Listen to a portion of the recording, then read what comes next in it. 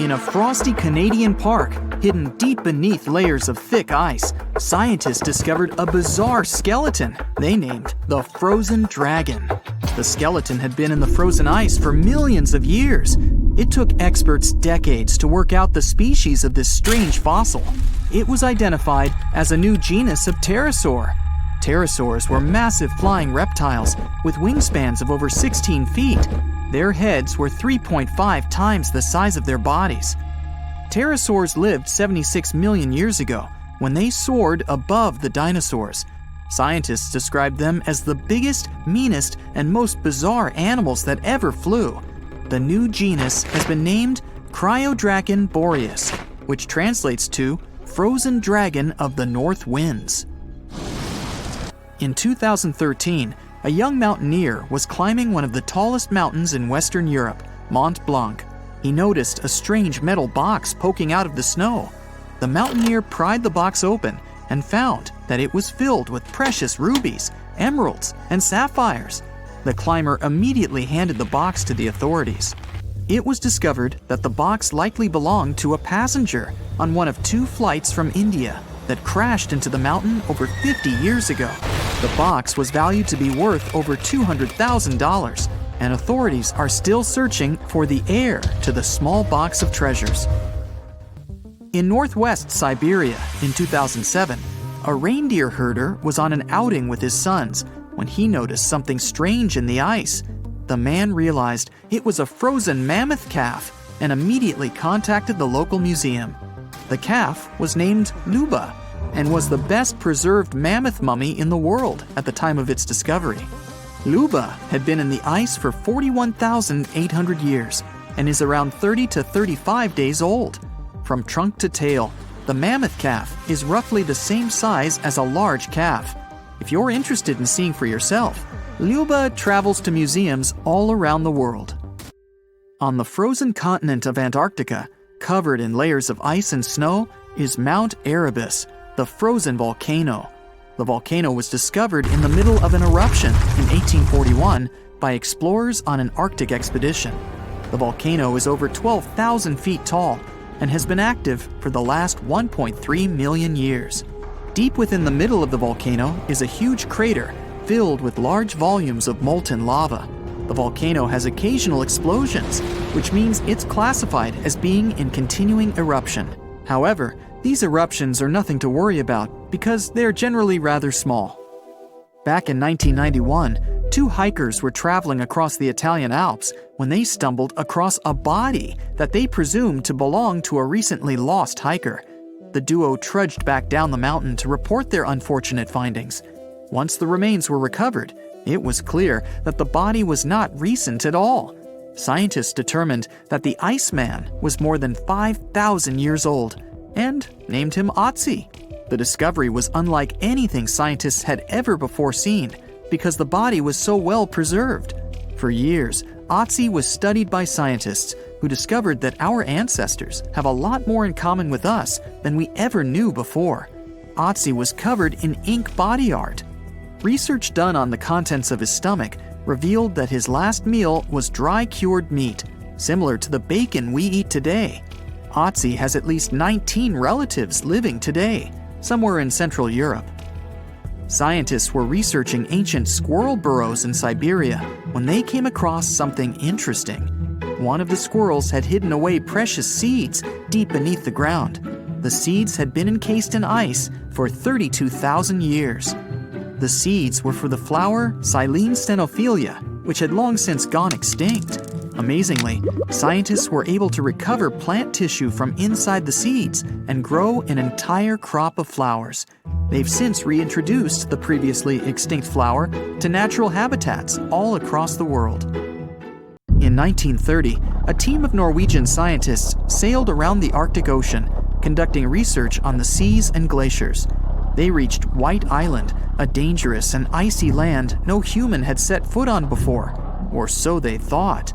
The scientists were shocked to discover the tip of a small boat sticking out of the snow. Frozen inside the boat, they found scientific equipment and various personal items, including a jacket monogrammed S.A. Andre. They had discovered the wreck of the famous André Arctic balloon expedition.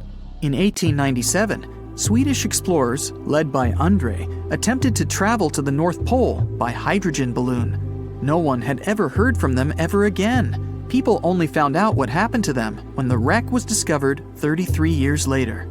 It turns out that the balloon had crashed on White Island only 2 days after departing from Sweden. The explorers traveled along the island on a small makeshift boat, but were unable to make it any further. The best preserved woolly mammoth ever found was discovered in an area of permafrost in Siberia in 2010. Scientists named the frozen mammoth Yucca, after the small village near where it was found. Yucca had been frozen for 39,000 years and is thought to have been around 6 to 8 years old.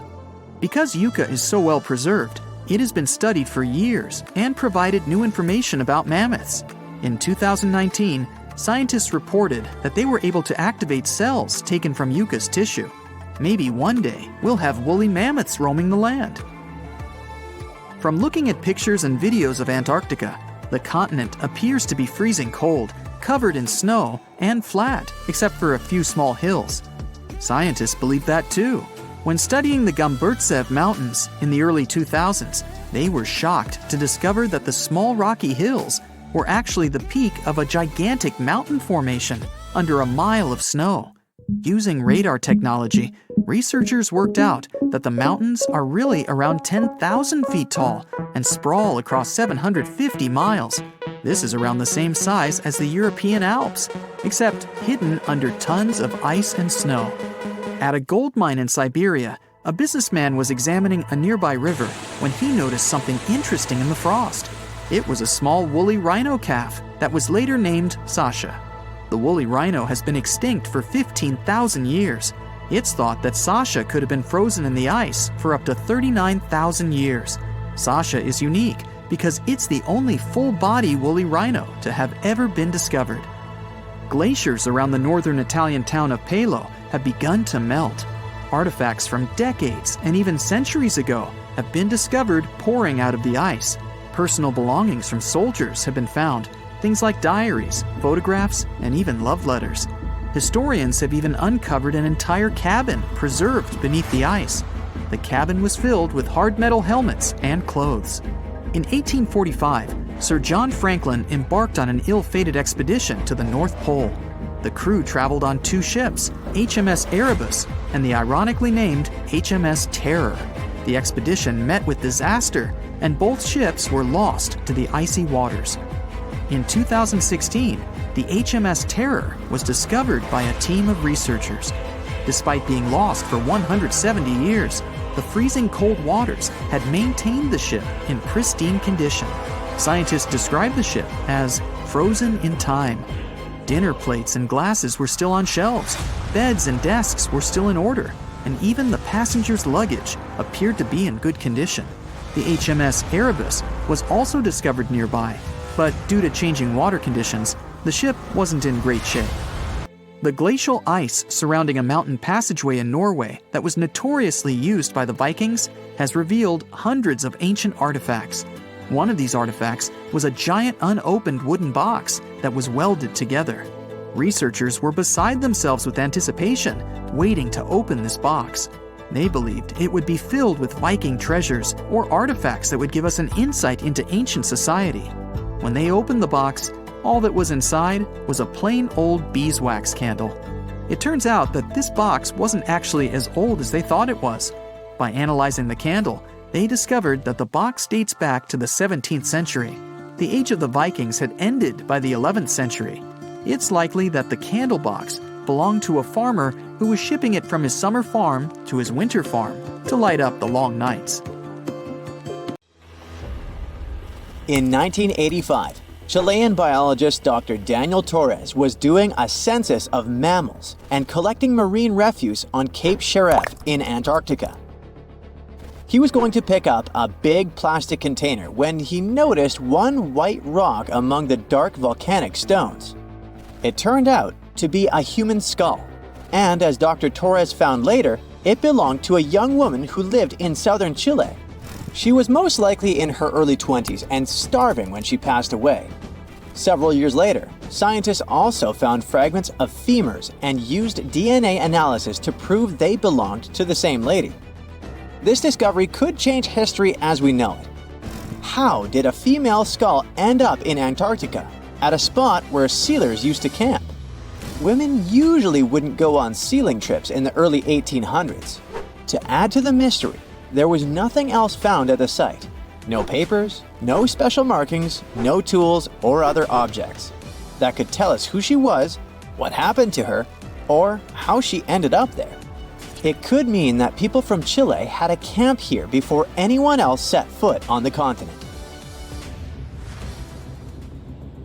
Scientists made another unique discovery in Antarctica, an ancient meteorite fragment that could be proof there's life on other planets. They believe this meteorite is over 4 billion years old and it might have come straight from Mars. In 1996, NASA scientists announced that they found special chemical marks on the rock. Some ancient Martian organisms may have left them behind, but not everyone was convinced. And later studies found that the carbon-rich chemicals on the rock probably weren't biological at all. Long ago, when Mars was a much wetter place, massive space rocks collided with the planet. These collisions produced intense heat and changed the landscape. The rock found in Antarctica likely survived 2 such impacts before a third powerful strike hurled it into space. While still on Mars, this rock bathed in water that moved through tiny cracks in its surface. This water probably left behind strange carbon bubbles that scientists thought might be the fingerprints of ancient life. Researchers recover more rocks from space in Antarctica than in any other part of the world. But you don't expect to see a pyramid there, right? I could make you try to solve this mystery, but okay, this object only looks like a pyramid. In fact, it's a mountain. You can easily find it on Google Maps if you scroll all the way to the Ellsworth Mountains. It's the tallest mountain range in Antarctica, and it stretches for almost 250 miles. Explorers from the British Antarctic Expedition first found this unusually shaped mountain and nicknamed it the Pyramid. Over the past 100 years, many people have wondered if there really was a pyramid in Antarctica, and if yes, who built it? But scientists totally rained on this icy parade as they explained there is nothing unusual about a rocky peak showing above the ice. It's just a coincidence that this one and the neighboring peak are cut in a pyramid shape. Researchers at the University of Colorado found a 10,000-year-old hunting tool near Yellowstone National Park. It was buried in ice, but as it melted because the temperatures got warmer, the tool came to the surface. Researchers were keeping this find a secret for a year. They wanted to get the findings published in a scientific journal before amateur archaeologists would get there and start their own search operations on the site and disturb it. The dart, which is about 3 feet long, was made from a birch tree, and it still has some markings that prove that it belonged to an ancient hunter. In the good old days when it was actively used, the dart had a sharp tip on one end. The other end had a little dimple that connected to a hook on a special tool called an atlatl. That atlatl helped the hunter throw the dart much faster and farther than they could just by hand. Talk about ancient tech. The scientists who found the dart say that as the ice continues to melt, they keep finding more ancient tools, plants, and even animal remains in places like Alaska, Canada, and Europe. They plan to go to Glacier National Park in Montana to work with Native American tribes to find and protect any more treasures that may have been hidden in the ice for thousands of years. Paleontologists found something amazing in Antarctica: the remains of a creature that looked a lot like the Loch Ness Monster. The animal they found was a plesiosaur. This marine beauty swam in the ocean during the time of the dinosaurs. This big guy had 4 flippers, a long neck, and measured an impressive 36 feet long from its head to its tail. That's about as long as a big telephone pole. This specific type of plesiosaur is the largest one scientists have ever discovered. It was also very bulky, around 15 tons. That's about as heavy as 2 modern elephants. The fossils of this giant sea creature were first found on Seymour Island in Antarctica back in 1989. But the plesiosaur was so huge and stuck in such hard rock that it took the scientists 3 more trips to get all the fossils out. In the end, they brought 1,760 pounds of fossilized bones to the lab. The scientists noticed that some of the vertebrae bones were fused together, which means this plesiosaur was a fully grown adult. After studying the fossils, scientists decided it had lived 30,000 years before the mass extinction that wiped out dinos about 66 million years ago. In May 1845, Captain John Franklin set off from England with 133 people and 2 ships. They were trying to find a sea route called the Northwest Passage to make traveling between Europe and Asia shorter and faster. The last people who saw Franklin and his crew were sailors on 2 whaling ships in August of that same year. After that, no one knew what happened to them, and it became a big mystery that lasted almost 170 years. People sent search teams to the icy parts of northern Canada, where they found some spooky clues. There were things left behind by Franklin's crew, and they heard sad stories from Inuit people who lived there. They even found a note from 1847 on King William Island, written by one of the crew members. The note said the 2 ships had gotten stuck in the ice. Finally, in 2014, Canadian scientists announced that they had found the wreck of the Erebus at the bottom of the Wilmot and Crampton Bay. 2 years later, they found the second ship, about 45 miles away. Both ships were still in great shape, even after being underwater for so long. Underwater archaeologists studied the cabins on the ships and brought back hundreds of objects. Thanks to these artifacts, they can paint a better picture of what really happened during the last days of Franklin's dangerous journey. A mountain hiker found an unusual sandal in an area known as the Horse Ice Patch in Norway in the summer of 2019.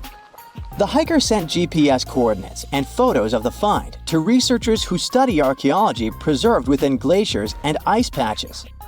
The archaeologists checked the weather forecast and figured out that they only had 1 day to retrieve the show before the snow covered it with a thick blanket. Then it would take years for it to melt, so they had to act fast and rush to the location to secure the sandal. This vintage shoe turned out to be around 1,700 years old after radiocarbon dating. They also found other artifacts in addition to the Iron Age footwear, such as frozen horse manure from the Viking Age and textiles. All these findings could mean that there used to be a travel route in the mountains that connected inland Norway to the coast a long time ago. There's nothing around, just the eternal, endless whiteness of Greenland's snow and cold winds blowing into your face. Nothing hints at the impending catastrophe. You take another step and freeze in horror. An abyss is spreading at your feet, bottomless and dark. If you had made a bigger step, it would have swallowed you. That infamous Greenland's hole. It happened in the middle of the 2010s. A group of geologists were scanning the surface of Greenland's Hiawatha Glacier using radar when they spotted something very, very strange. It was a giant pit, more than 980 feet deep and almost 20 miles wide. That's big enough to fit inside Washington, D.C. or Paris. After staring at their radars for quite a while and scratching their heads, researchers decided to find out what could have made such a huge hole. Could it have been good old erosion, a raging volcano, an asteroid impact, a giant sandworm? Ugh, I might have gone a bit overboard with this worm idea, but you never know with these ancient glaciers. Anyway, in our case, one mystery seemed to lead to another, which had been puzzling scientists for decades. And to solve both of them, scientists needed something super common, but at the same time very important: quartz. One of the most abundant materials in Earth's crust. But before we dig deeper into this topic, let's make a small detour and talk about a pretty bizarre phenomenon called the Younger Dryas event. To see what it was like, we need to go deep into the past. as far back as 12,900 to 11,600 years ago. During that period, the planet became much colder, especially in Europe and North America. Now, let's talk a bit more about that weird climate change in the Northern Hemisphere. There are a few theories. One that involves a change in currents in the Atlantic Ocean. Another speaks about something large kicking tons of dust into the air and effectively blocking sunlight. The two most popular and likely hypotheses mention a volcanic eruption and an asteroid impact. Indeed, there was a volcanic eruption on the territory of modern-day Germany at around the right time. But there's also a probability that a space object struck the planet during this period too. And now let's get back to the hole scientists found in Greenland. When NASA's Ice Bridge program and Germany's Alfred Wegener Institute discovered it, it seemed they had finally found the reason for the Younger Dryas event. But was it really an asteroid that created that impressive pit and caused temperatures to drop all over the Northern Hemisphere? To test this theory, the researchers needed quartz. The thing is, in its pure form, quartz has a very simple structure. It's made from interlocking silicon-oxygen tetrahedra. Efficient and so pretty. Just look at these six-sided prismatic crystals. Since its structure is so simple and the components are so common, you can find quartz almost in any rock on the planet. At one point, magic happens. Larger rocks erode away, pushing out tiny bits of quartz sand. The scientists exploring the mysterious pit gathered the quartz sand that had been washed out from underneath a glacier. It was like looking at the rocks at the very bottom of the hole without having to actually get all the way down there. Very handy. So, while examining the material, they discovered quartz grains with the telltale signs of terrible catastrophe. They had PDFs all over them. No, I'm not talking about the document format. PDFs stand for planar deformation features, and they look like lines etched into the crystal surface. These lines are a sign that you're holding shocked quartz. It forms under immense pressure, when the internal crystals are pushed out of alignment. But the most exciting thing here is that shocked quartz only appears under the influence of powerful forces, like massive impacts or terrifying explosions. In other words, finding this poor shocked quartz under the Hiawatha Glacier could be much-needed proof that the hole was an enormous impact crater that formed when something equally enormous crash-landed there. Based on the size of the crater, this space object probably was a bit more than a mile across, which is twice the height of the Burj Khalifa Tower in Dubai. A meteorite that big would have looked 3 times as bright as the sun when traveling across the sky, and it would have hit Earth with an immense force. The impact would have been so great it'd have vaporized rock and thrown debris for hundreds of miles away. The sky would have filled with dust. It would have dimmed the sun and led to a temperature drop all over the planet. And guess what? The last part about decreasing temperatures got the researchers super excited, because it opened up a possibility that the impact could have been connected to the Younger Dryas event. To prove this idea, scientists decided to use quartz again. They examined it more closely, trying to date the impact. Well, they were in for an even greater shock. The Hiawatha crater turned out to be not 12,000, but 58 million years old. On the other hand, the researchers were disappointed that they hadn't been able to confirm their theory. The crater couldn't explain the Younger Dryas cold snap, but on the other hand, it was still an amazing discovery. Now, get ready for one final twist to this story, and it revolves around quartz again. Other scientists have recently discovered more deposits of shocked quartz all over what is now the eastern USA. It was hiding in sediment layers dating to just before the Younger Dryas. Interestingly, there aren't any craters around those sites whatsoever. But quartz can't lie. It provides evidence of a powerful explosion. It makes scientists think that their impact hypothesis might still be true, but instead of a collision, it could be an airburst. A massive comet could have broken up while entering Earth's atmosphere around 12,000 years ago, and the fragments could have exploded before reaching the ground, It would have caused catastrophic mass burning throughout the North American continent and messed with the climate so much that the Younger Dryas would have been triggered. Well, I guess we need to wait a bit longer for scientists to find some further proof of this hypothesis. But it doesn't mean we don't have any more curious phenomena to explore in Greenland. Take these fascinating holes. They sure are kinda smaller than the monster we were talking about. They're called moulins, and they carry surface meltwater all the way down to the base of the Greenland ice sheet. And they have prepared some surprises for us too. Apparently, they're way larger than we previously thought. That's what a recent study based on observation and first-hand exploration claims. Even more interesting, this high volume might influence the stability of the ginormous ice sheet in question, as well as the speed at which it's sliding towards the sea. Researchers think that increased water depth and pressure inside moulins might lubricate the base of the ice sheet, making it move faster. You know, the way an ice cube slides more easily on a thin film of melted water. Until recently, we knew too little about the real size of moulins and how much water they can hold. But now, we know that moulins can be giant. The team made 2 trips to the Greenland ice sheet in 2018 and 2019. And during each of them, they used ropes and climbing equipment to drop around 330 feet into 2 separate moulins, almost touching the water's surface. Those who did it described the experience as intimidating. Picture this. Your back is over the edge. All you see is bluish ice going down and blurring into blackness. And the only thing you hear is occasional sounds of crashing ice. It must be extremely unnerving.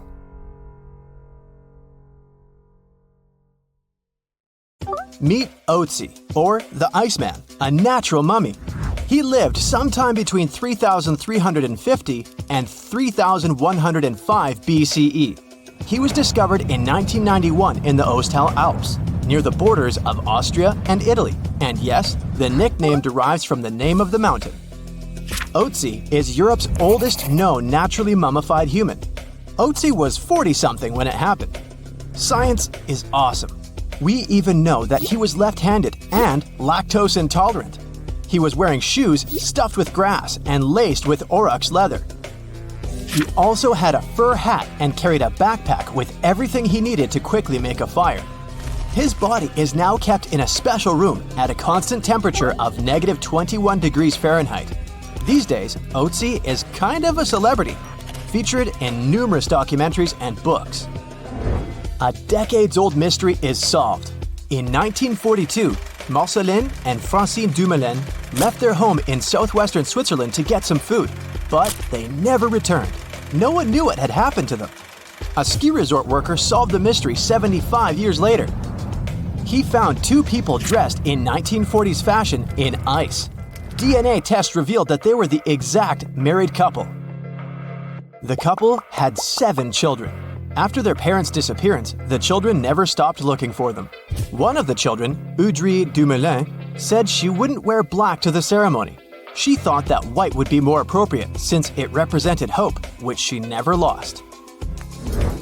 I'll take you back to 2016, an ordinary summer day. A gold miner was traveling in search of gold in Canada. He spotted something in the melting ice. He got closer. A treasure greeted him. Well, a treasure for science.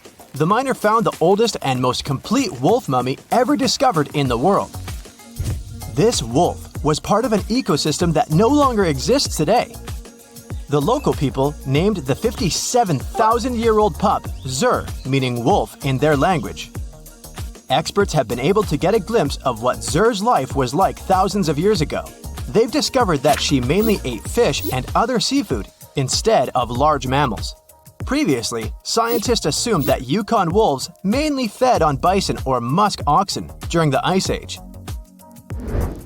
You're hiking Mont Blanc in the French Alps. You see a small metal box blinking at you from under the ice. You slowly approach it. Oh, it's full of jewelry worth $340,000. This is a real story. The person who found the box handed it to the police. It turned out that there were hundreds of diamonds, rubies, emeralds, and sapphires inside, The markings said, "Made in India."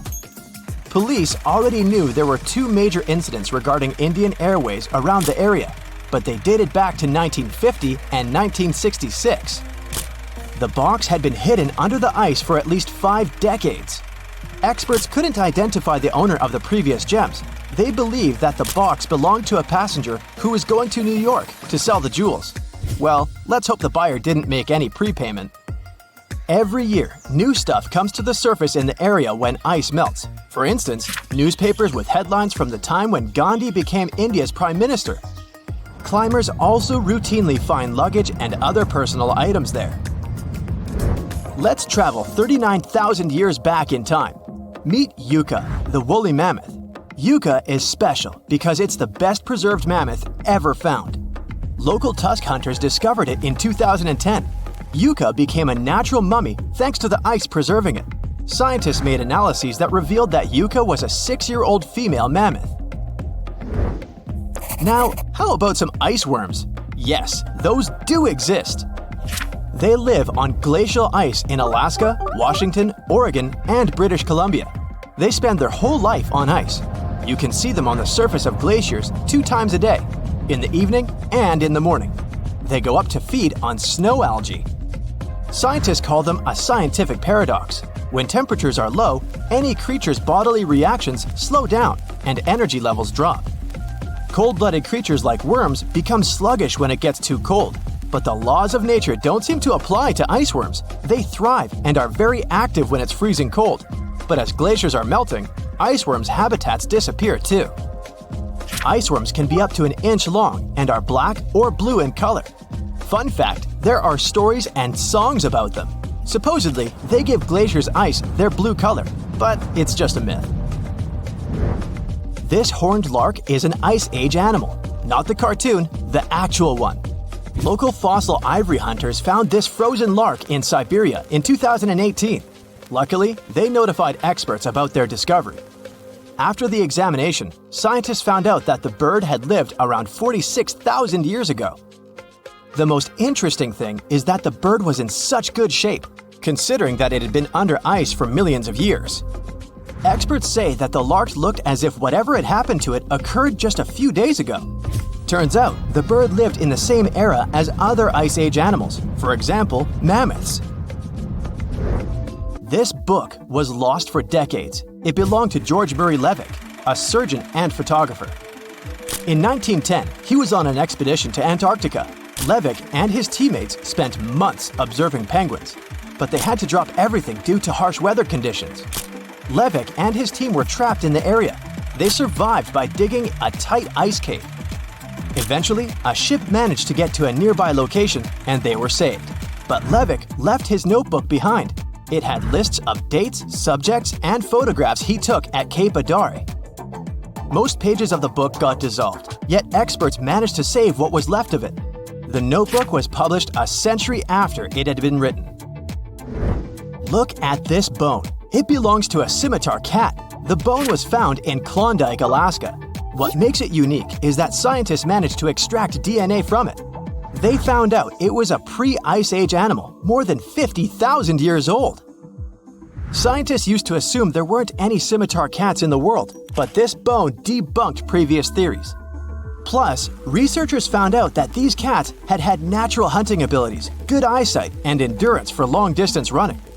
At one point in the past, the number of animals the cats hunted started to decline, and ultimately, scimitar cats were outcompeted and eventually disappeared.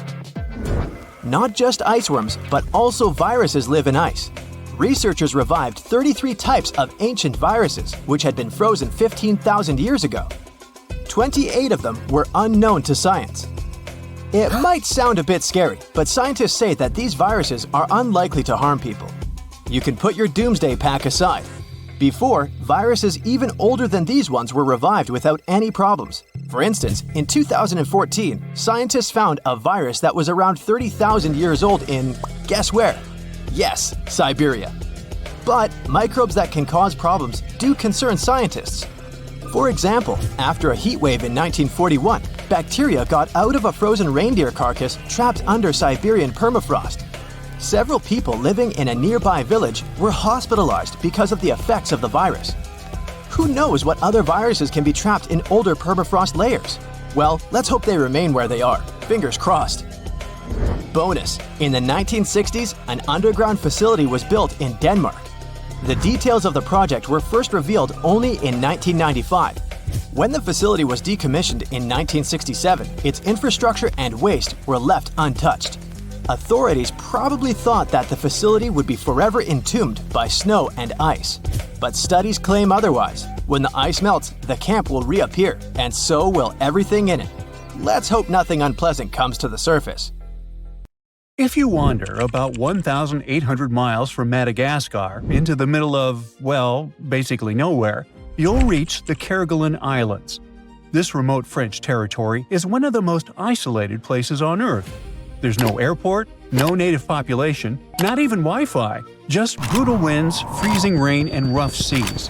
But this place also hides a massive secret beneath the water, because what you perceive above sea level is only the tip of something far bigger, the peaks of an enormous landmass that mostly sank into the ocean.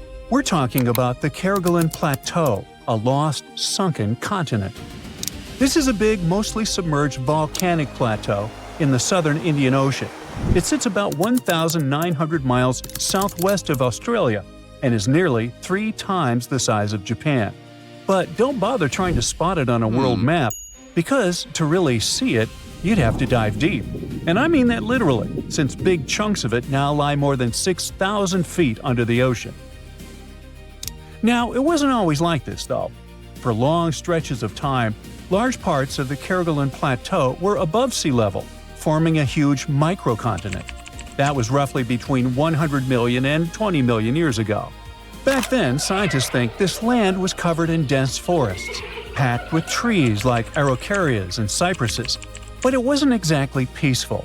Active volcanoes were everywhere, with lava flows probably spilling across the land. And not to mention the dinosaurs. There's some evidence that lizards and dinosaurs once lived there, but they were likely the smaller ones, not the big scary kind. Another cool theory is that the Kerguelen Plateau once acted like a long land bridge connecting Antarctica and India. People believe that for a long time, but more recent research suggests it's probably not true. Even back then, there were still huge stretches of open water separating these landmasses. But anyway, today the trees are gone, and those ancient volcanoes are quiet, hidden underwater. So, you might be wondering, how did this whole chunk of continent sink and basically disappear? Well, we'll get to that in a second. But first, we need to answer a basic question. How did the Kerguelen Plateau form in the first place? Well, our story starts about 130 million years ago. Back then, Earth had Gondwana, a giant supercontinent that included what are now South America, Africa, India, Australia, and Antarctica. But eventually, it began to break apart. And during that long, dramatic breakup that happened over millions of years, the Kerguelen Plateau was born. And it basically exists thanks to something called the Kerguelen Hotspot. The Kerguelen Hotspot is a region deep inside Earth where super hot melted rock slowly rises toward the surface. You can think of it like a steady underground burner, melting rock in the same spot for a very, very long time. And even though the hotspot stays put, Earth's outer shell keeps moving above it. So as the seafloor drifted over the Kerguelen hotspot, huge amounts of melted rock spilled out, cooled down, and stacked up, layer after layer. Over about 30 million years, that process built a massive mound of volcanic rock on the ocean floor. At the peak of the eruptions, it may have added around 7 to 8 inches of lava every year. To put that into perspective, that's enough new lava to fill about 184,000 Olympic-sized swimming pools, if there were that many. And little by little, that volcanic pile kept growing, bigger and bigger, higher and higher, until it finally rose above sea level and became the Kerguelen Plateau. But then, something strange happened. Over the last 20 million years, this landmass started to sink, slowly but steadily. Today, most of it sits roughly 3,300 to 6,600 feet below sea level, and only a couple of spots have managed to stay above water. One of them is the Kerguelen Islands, that French territory we mentioned earlier, and the other is the McDonald Islands, which belong to Australia. Okay, but how did all the rest of it sink? Well, continents don't end up underwater because they suddenly drop like stones. Instead, this process happens because Earth's surface slowly bends, stretches, and shifts over very long periods of time. The outer shell of the planet is broken into huge pieces, the tectonic plates. These plates float on a hotter, softer layer of rock beneath them, known as the mantle. When a continent gets pulled apart by forces deep inside Earth, its crust stretches out, gets thinner, so it starts to sit lower. And as it drops, the ocean doesn't come rushing in all at once. Instead, seawater slowly spills over the edges, flooding the lowest areas first and turning dry land into shallow seas. Meanwhile, the rock underneath cools down, and when it cools, it contracts and sinks, which pulls the surface down even more. On top of that, sediments keep piling up, almost like heavy blankets, adding extra weight and pushing the crust lower and lower. And that's basically what happened to the Kerguelen Plateau. Parts of it once rose above sea level and even had forests, but the sheer weight of all that basalt, along with shifting tectonic plates, gradually pushed it back down into the deep ocean. In the end, only the highest volcanic peaks stayed above water, and those are the islands we see today. Now, here's a big question. If most of it is underwater, can we still call it a continent? Well, in a way, yeah. In fact, scientists have described it as a microcontinent since the 1970s. And that's because what really separates continents from ocean basins isn't whether they're above water, it's the type of crust underneath. Earth basically has two main kinds of crust, rising and deep dish. Wait a minute, that's pizza crust. Oops. The Earth's crust comes in either continental or oceanic. Continents are made of continental crust. It's thicker, lighter, and usually much older, so it tends to sit higher and form land. It's also more granite-like in composition, formed from magma that cools slowly deep underground before it hardens. Then there's oceanic crust. That's what the ocean floor is made of. It's thinner, heavier, and much younger, so it sits lower and stays underwater. And it's mostly made of basalt, formed when rock in the Earth's mantle melts and rises up. Now here's where the Kerguelen Plateau gets really interesting. Even though the whole region is basically underwater, it isn't just normal ocean floor. And even though it's built from huge amounts of basalt, it doesn't behave like typical oceanic crust. Since this basalt was piled up over millions of years, the crust there became much thicker than normal oceanic crust. It also contains fragments of continental crust from the breakup of Gondwana. So that's basically why we consider it a continent.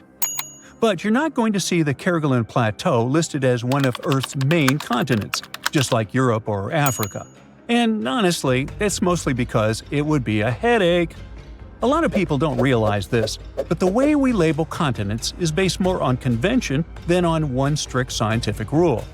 Because if we started teaching that the Kerguelen Plateau counts as a continent, we'd have to take a serious look at a bunch of other places too, like Zealandia, this almost completely submerged chunk of continental crust in Oceania.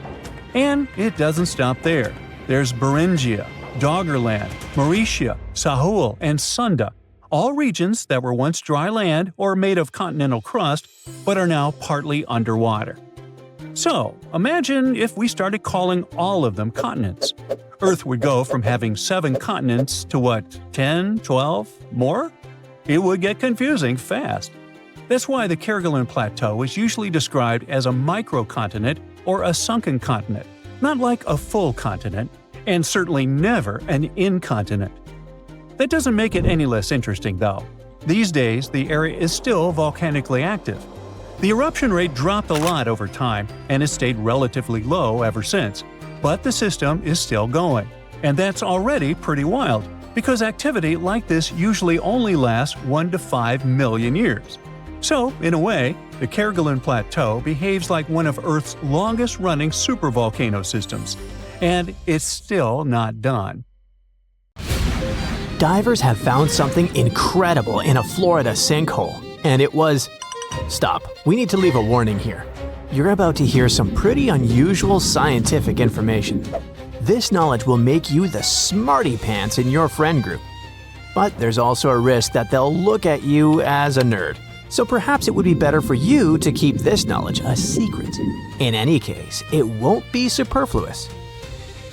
So, you know that scientists divide the history of our planet not only by time periods, but also by which animals lived at a certain time. For example, 2,000 years ago, Earth was inhabited by the blobfish, and scientists call this time the blobfish period. It's a joke, there's never been such a period, but you get the gist. The period between about 419.2 million and 358.9 million years ago is called the Devonian period, or the Age of Fish. Do you know why? Because the first fish began to appear on the planet. The Paleogene is the period of large mammals. The famous Jurassic period marks the appearance of giant dinosaurs, which we often see in the movies. Even now, we live in a certain period called the Quaternary period. It began about 2.6 million years ago and continues to this day. This is the time of humans and modern animals. So the next time somebody asks you what time it is, you can just answer, it's the Quaternary period. In short, the names of these periods depend more on what creatures inhabit the planet. The longest period is the Precambrian period, or Age of Early Life, the time when life on the planet started to form. Soft-bodied worms and jellyfish swam in the ocean, while microorganisms lived on land. This period occupies almost 90% of the Earth's total geological time. It started about 4.5 billion years ago and ended 540 million years ago.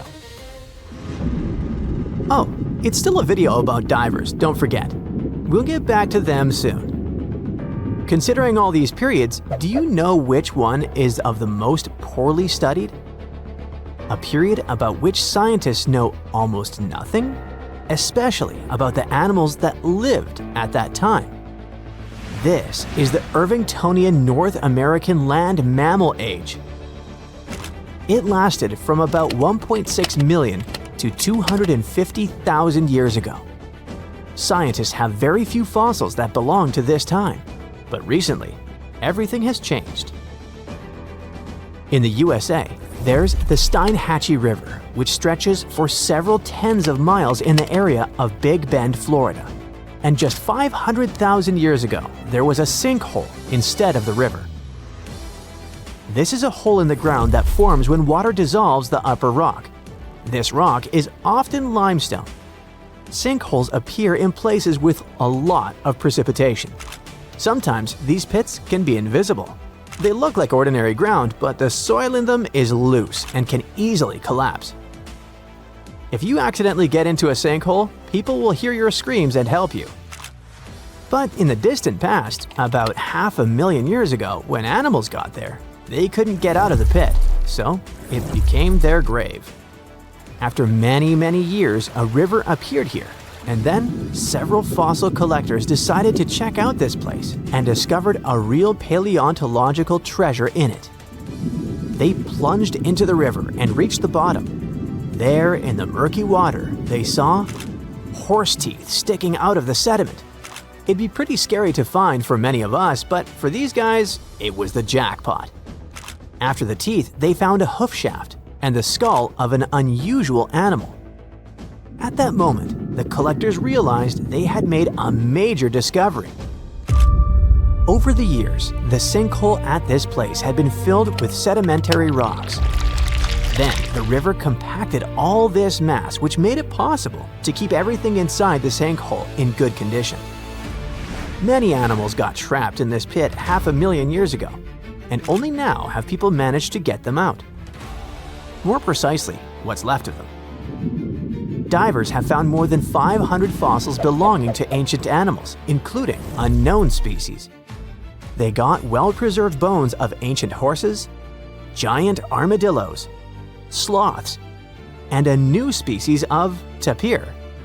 The Florida Museum examined the remains and determined that they belonged to the poorly studied Irvingtonian North American land mammal age. Most of all, scientists were struck by two finds in this collection. The first was the remains of a giant armadillo-like creature, and the second was the skull of an ancient tapir. In case you didn't know, this is a very cute pig-like mammal that has a short trunk like an elephant.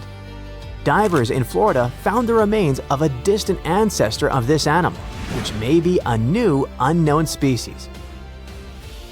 Most of the fossils in this sinkhole belong to early Caballine horses, a subgroup that includes modern domestic horses. The remains of horses are so well preserved that scientists have seen signs of wear on their teeth. This will allow experts to understand the diet of these ancient creatures. We often hear news about people finding the remains of ancient animals or dinosaurs in caves, ravines, or at the bottom of lakes. But imagine if they found such remains in a museum. It all started in the early 2000s, north of the Florida border in southwest Georgia. There was a mine where workers mined clay. One day, they found the remains of some ancient animals and gave them to the Florida Museum of Natural History. There, these remains lay in storage, waiting in the wings. And then one day, some guy started sorting them out and noticed a mysterious vertebra of an unknown animal. This little grab caught the guy's attention, so he returned to it over and over again. He studied it, trying to figure out what species the bone belonged to. One day, he realized the bone belonged to an unknown extinct lizard species that looked like a tegu. You've probably seen these predatory creatures that look like monitor lizards. So, the age of the bone was about 15 to 17 million years old. Let's wrap up our video with something weird. You see this piece of amber-colored stone with stripes? Or is it not the stone? It looks like an ancient seashell. So right now, you're looking at the oldest fossil in history. It's a stromatolite, and its age is, you won't believe it. Make a guess. 100 million years? 500 million years? 1 billion? No. This fossil is about 3.4 billion years old. It represents one of the earliest forms of life on Earth. No, not the stone itself. Stromatolite is just a playground. The early form of life here is these thin strips. They're called cyanobacteria, tiny single-celled creatures. Okay, what about the remains of something bigger? Some ancient animals, for example? Meet the trilobites. They lived here during the Cambrian period, which began about 500 million years ago. This is the time when many invertebrates and fish began to appear. Their exoskeletons helped the trilobites stay remarkably well preserved, considering their age. They were arthropods that looked like something between a spider, a scorpion, and a mutant from another galaxy. These animals lived for a very long time, and people find their remains almost all over the world. They appeared at the very beginning of the Cambrian period, survived it, and became extinct at the end of the Permian period. During the Permian mass extinction, when about 90% of all living beings were wiped off the face of the Earth. These creatures swam in open water, burrowed into the seafloor, or crawled along it. They lived like predators and scavengers. The front of the animal was protected by a strong head shield. It had crescent-shaped eyes and a calcified plate on its lower body. This plate covered its esophagus and mouth. It had several pairs of legs growing from its body. The trilobite could also curl up into a ball, like a woodlouse. Ooh, mysterious mountain ranges hidden under thousands of tons of ice. Bizarre, transparent creatures with see-through skin, singing snow plains. Antarctica has its own terrifying secrets. And now, a mysterious ice hole the size of Switzerland that keeps popping open. And scientists have finally figured out why. This hole, called the Maud Rise Polynya, was first spotted in 1974 and 1976 in the Weddell Sea. Since then, it's been kind of playing hard to get. Sometimes it appears, sometimes it disappears for years. And when it does show up, it mysteriously changes size. For decades, researchers were trying to figure out what makes it form.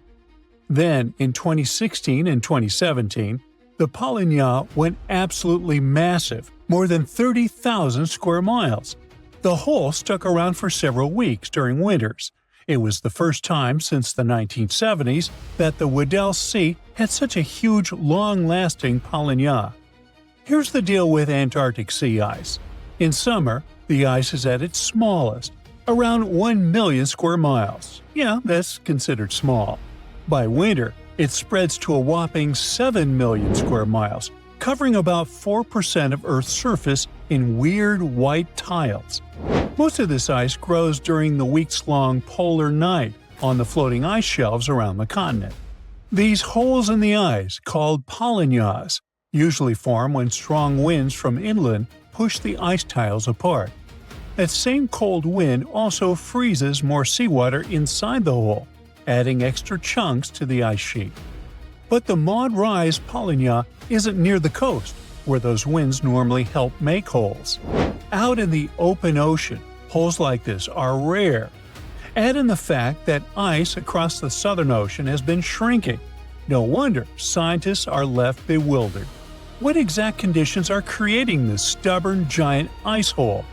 To crack the mystery, the scientists dove into a mountain of data: satellites, floating sensors, even info from tagged marine animals. Plus, they had years of past observations from other researchers. And they found something unusual. In 2016 and 2017, the Weddell Sea's circular ocean current, called the Weddell Gyre, was stronger than usual. That extra punch made it easier for salty, warmer water from deep below to reach the surface. The Maud Rise Polynya sits above an underwater mountain called Maud Rise. During those big Polynya years, the stronger current caused salt to gather around this submerged peak. On the surface, the wind whipped over the ice, creating a corkscrew effect. It literally pulled that salty water up from below.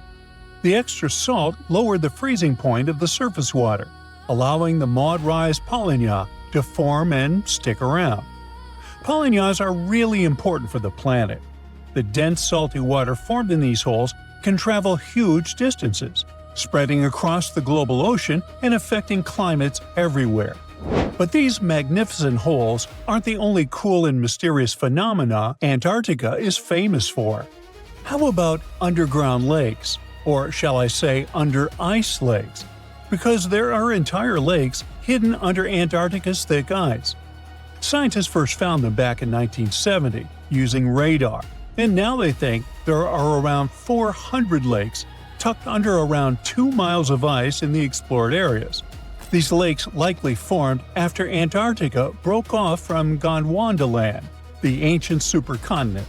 Surprisingly, the water in the lakes doesn't freeze because the ice above presses down too hard. Hey, it's physics, bro! The biggest of them all is Lake Vostok, discovered in the 1990s. It sits a bit more than 2 miles below the ice.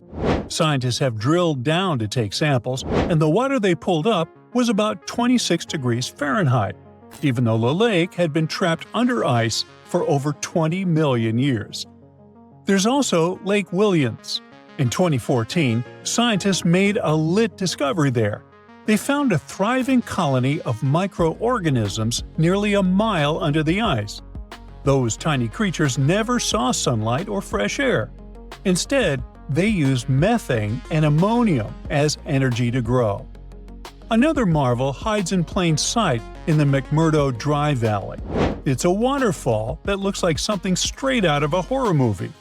Bright crimson water, like blood gushing from a wound in the ice, pours down 5 stories from Taylor Glacier into Lake Bonny. Ooh, spooky. But there's actually a scientific reason behind it. The water that feeds Blood Falls used to be part of a salty lake. Now, it's completely cut off from the atmosphere because glaciers formed on top of it. Trapped more than 1,300 feet underground, the water has become super salty, 3 times saltier than seawater, and it can't freeze. This underground water is also packed with iron, and completely lacks oxygen and sunlight. When it slowly seeps through a crack in the glacier and hits the open air, the iron oxidizes, basically rusts, and turns the water that eerie dark red. With such creepy landscapes, Antarctica might look like a frozen wasteland, freezing cold, almost no rain, and winds that could knock you off your feet. The coldest Earth's temperatures ever was recorded there, minus 128.6 degrees Fahrenheit. And still, Antarctica is actually home to some seriously bizarre wildlife. For the longest time, scientists thought nothing could survive under all that ice. Turns out, they were very wrong. There are all sorts of creatures that have adapted to the brutal environment. Tiny microbes, crustaceans, colossal squid, and spiders so big their legs could cover a dinner plate. Giant worms with shiny golden bristles and huge sharp-toothed jaws also lurk under the ice. And then there's the ice fish, a completely see-through fish with huge eyes and organs you can literally see through its skin. These fish have built-in antifreeze proteins to survive the freezing waters, and they can't live anywhere warmer. Even stranger, they don't have hemoglobin, the protein that makes our blood red. In other words, they survive without the stuff that literally keeps most animals alive. But Antarctica wasn't always the frozen desert we know today. Millions of years ago, before the Ice Age, it was actually warm, lush, and full of life, maybe even home to ancient civilizations. Hard to imagine, huh? Scientists figured this out after finding fossilized wood, tropical tree remains, and leaf impressions, all pointing to the existence of rainforests. On top of that, they've uncovered fossils of marine animals, birds, and dinosaurs from the Cretaceous period. Even tiny creatures left their mark. Fossilized beetle wings from 14 to 20 million years ago, single-cell fossils, and, astonishingly, 50-million-year-old sperm cells preserved in the egg case of an extinct worm. So now, it probably won't shock you when I tell you that beneath Antarctica's thick ice sheets, there's a massive hidden mountain range. The Gamburtsi Mountains stretch for 745 miles and rise to almost 10,000 feet, about the third the height of Mount Everest. And all this is buried under between 6,500 to 13,100 feet of ice. The mountains were discovered in 1958. Scientists noted a thin patch of ice and some weird gravity readings while crossing the continent. Even though no one has ever seen those mountains directly, researchers use radar to map their shape and gravitational and magnetic readings to study them all the way to their base. Perhaps the craziest part is that the Gamburtsis are around 1 billion years old. So, in theory, they should have eroded away long ago. How they're still standing is a mystery. Most scientists think a frozen mantle beneath the ice might be protecting them from erosion, keeping this ancient range intact. And finally, Antarctica has its own soundtrack. The Ross Ice Shelf, the continent's largest ice shelf, is several hundred feet thick and spreads over 193,000 square miles, roughly the size of France. And scientists have recently discovered that this massive ice slab actually sings. The eerie melody comes from wind blowing over snow dunes, which creates vibrations in the ice and a nearly continuous seismic hum. You can't hear it with your ears, but seismic sensors pick up the mournful tune. In fact, it was discovered by accident. Scientists just installed special sensors to monitor other ice behaviors. Now, even cooler, the song changes depending on what's happening on the ice. Melting, storms, and shifting snow all tweak the vibrations. Researchers are now using this haunting melody as a kind of early warning system. They listen to it in real time to track the ice shelf stability and potential collapse. A vast expanse of white snow, freezing winds, lifeless landscapes, and weird, eerie signals seemingly coming from within Earth.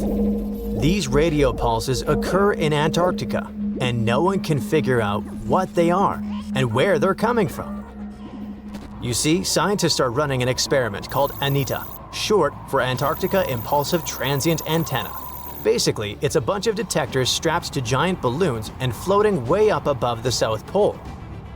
Their job is to detect extremely high-energy neutrinos. How do they spot them? Right at the moment when neutrinos come into contact with ice and produce an intense, short burst of radio waves. Now, neutrinos are these tiny, almost massless particles that don't have an electric charge. They're everywhere, and billions of them are flying through you every second, even while you're watching this video. Neutrinos come from all over the place, from the sun, exploding stars, deep space, even from under your feet. The sun pumps them out non-stop as it fuses hydrogen into helium. Stars that are going off blast out huge bursts of neutrinos during supernova explosions. When high-energy cosmic rays hit our atmosphere, they make new neutrinos that rain down on us too. And some even come from radioactive stuff decaying inside Earth. The oldest neutrinos have been flying through the universe since the Big Bang, but they're practically invisible because they almost never react with anything. That's why scientists use unbelievable experiments like ANITA to try and catch even a few of them. But let's get back to that fateful day when everything changed. Normally, the radio signals produced by neutrinos bounce off the ice and fly upward.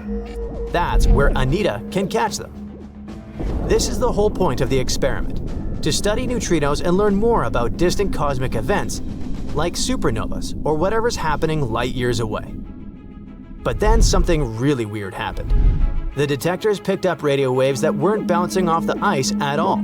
They looked like they were coming from below the horizon, from under the ice. Now, this shouldn't even be possible. According to everything we know about physics, signals can't just travel upward through solid rock and ice. One of the researchers, Stephanie Wiesel from Penn State, also said that those radio waves were coming in at super steep angles, like 30 degrees below the surface. The only way that could happen is if the signal had passed through thousands of miles of solid rock before hitting the detector. But if that were true, the rock would have completely absorbed it. So something just didn't add up. The team ran all the numbers and still got no clear answer. But for them, it was an interesting problem, since they didn't actually know what those anomalies were. What they did know was that they were probably not neutrinos. That's because if the team does detect a neutrino, that means it's traveled an insane distance without bumping into anything, possibly all the way from the edge of the observable universe. So, whatever ANITA has picked up, it's not behaving like anything scientists have seen before. It might mean there's some totally new type of particle out there, or maybe something else is going on that we just don't understand yet. They publish the findings in physical review letters, but the mystery remains unsolved. No one really knows what's going on under that Antarctic ice, just that something out there isn't playing by the rules. Now, if scientists actually manage to detect and trace where those crazy fast particles come from, they can learn tons of stuff about the universe. Way more than even the biggest, most expensive telescopes allow us to see.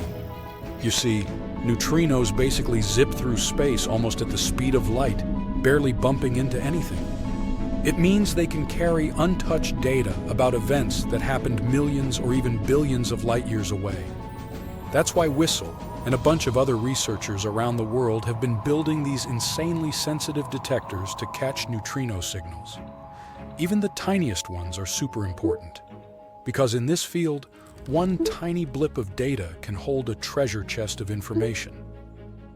So, researchers have been designing setups in both Antarctica and South America to catch these rare particles. ANITA is one of those detectors, and Antarctica's the perfect spot for it. There's hardly any radio noise, there are no cities, no traffic, and no random interference. The setup is actually pretty cool. They attach a cluster of radio antennas to a giant balloon, send it a few dozen miles up into the sky, and make it float over the endless stretches of white ice. From up there, it points downward, listening for faint radio signals coming from deep inside the ice. When one of those super rare neutrinos, specifically a tau neutrino, hits the ice, it creates another particle called a tau lepton. That lepton then shoots out of the ice and starts breaking down, losing energy and turning into smaller bits. That decay process gives off what's called an air shower, kind of like a spray of invisible sparks flying through the air. If we could actually see those air showers with our eyes, they'd look like someone waving a sparkler through the dark, bright streaks trailing behind as it moves. Studying the direction and pattern of these signals, the ones from the ice showers, and the ones in the air showers, scientists can figure out where the original particle came from. Usually it's super precise, kind of like bouncing a ball off the ground. You can predict where it'll go. But these weird new signals don't bounce the way they're supposed to. The angles are all wrong way steeper than anything the models can explain. So the team dug deeper. First, they looked at all the data from Anita's multiple balloon flights. Then they compared it against tons of computer simulations of cosmic rays and neutrinos and filtered out all the usual background noise. They even cross-checked their results with other experiments like the ice cube detector, which is also located in Antarctica, and the Pierre Auger Observatory in Argentina. They wanted to see if anyone else had picked up similar upward-going air showers. And guess what? Things got even weirder. They found nothing. No other detectors had picked up anything that could explain what Anita had seen. That's why the researchers ended up calling the whole situation anomalous. It basically means, yeah, we have no idea what this is, but it sure isn't behaving like a neutrino. Whistle explained that the signals just didn't fit into the usual picture of how particles were supposed to act. Some people have floated ideas, like maybe it's some new kind of physics, or a hint of dark matter. Dark matter is basically that invisible stuff that keeps the universe from falling apart. It's everywhere. We just can't see it. Scientists have been trying to figure out what it actually is for almost a century, and it's still one of the biggest mysteries out there. Everything we can see, like stars, planets, people, dogs, makes up only about 5% of the universe, and dark matter makes up around 27%. The rest is something even stranger called dark energy. Scientists think dark matter is what gives galaxies their shape and holds everything together like cosmic glue. Without it, the universe would look totally different. It would be totally amazing to find out that this theory is true.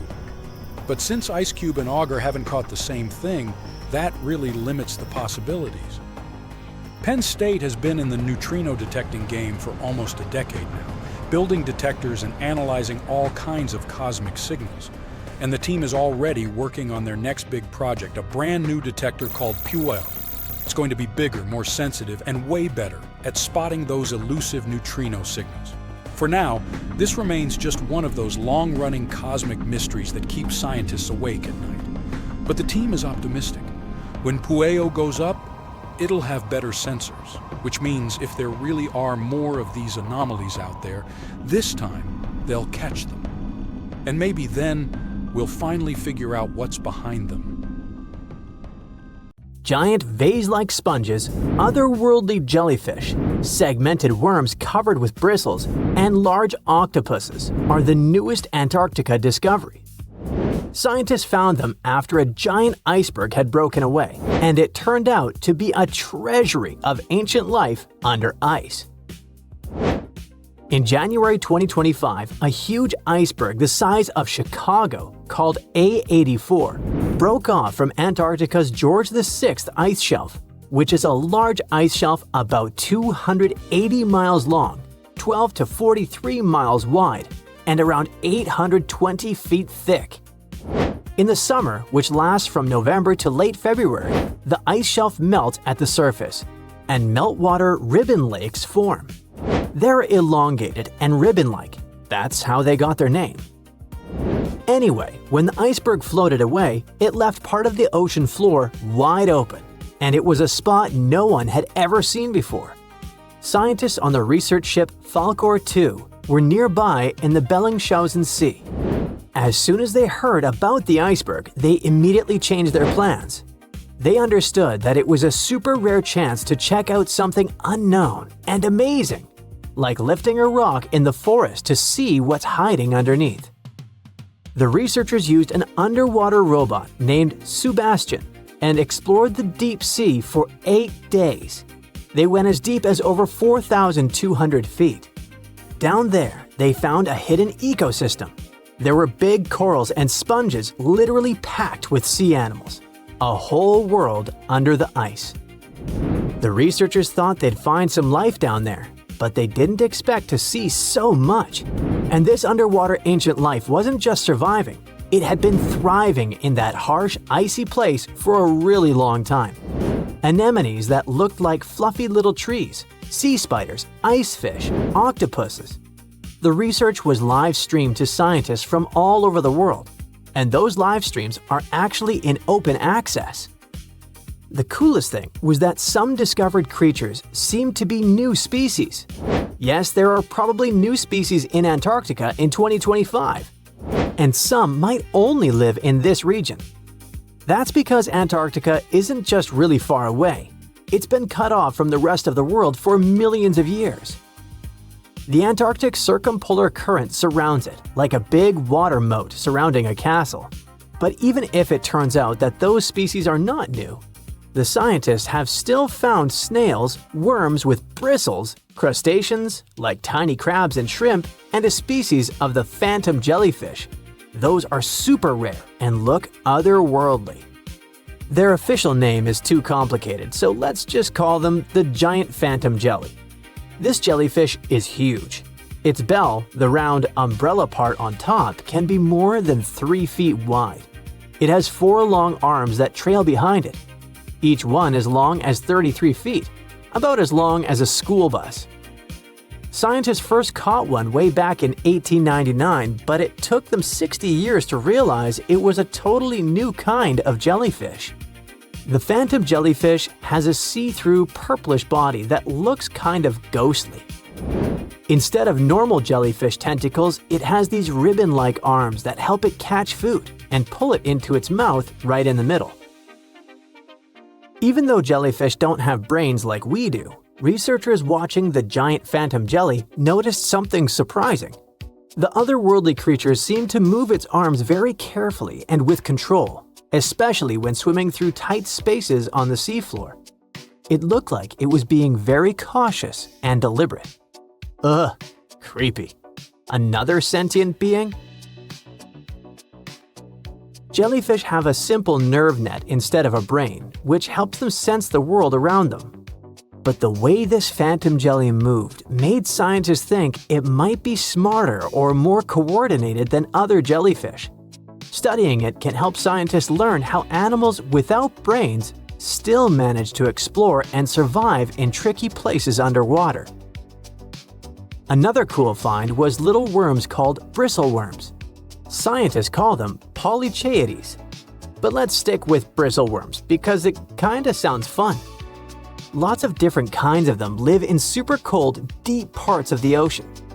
Bristleworms have bodies made of many segments, and they have tiny little bristles all along their sides. These bristles help them move around, feel what's near them, and even protect themselves from danger. One cool example is the Antarctic scaleworm.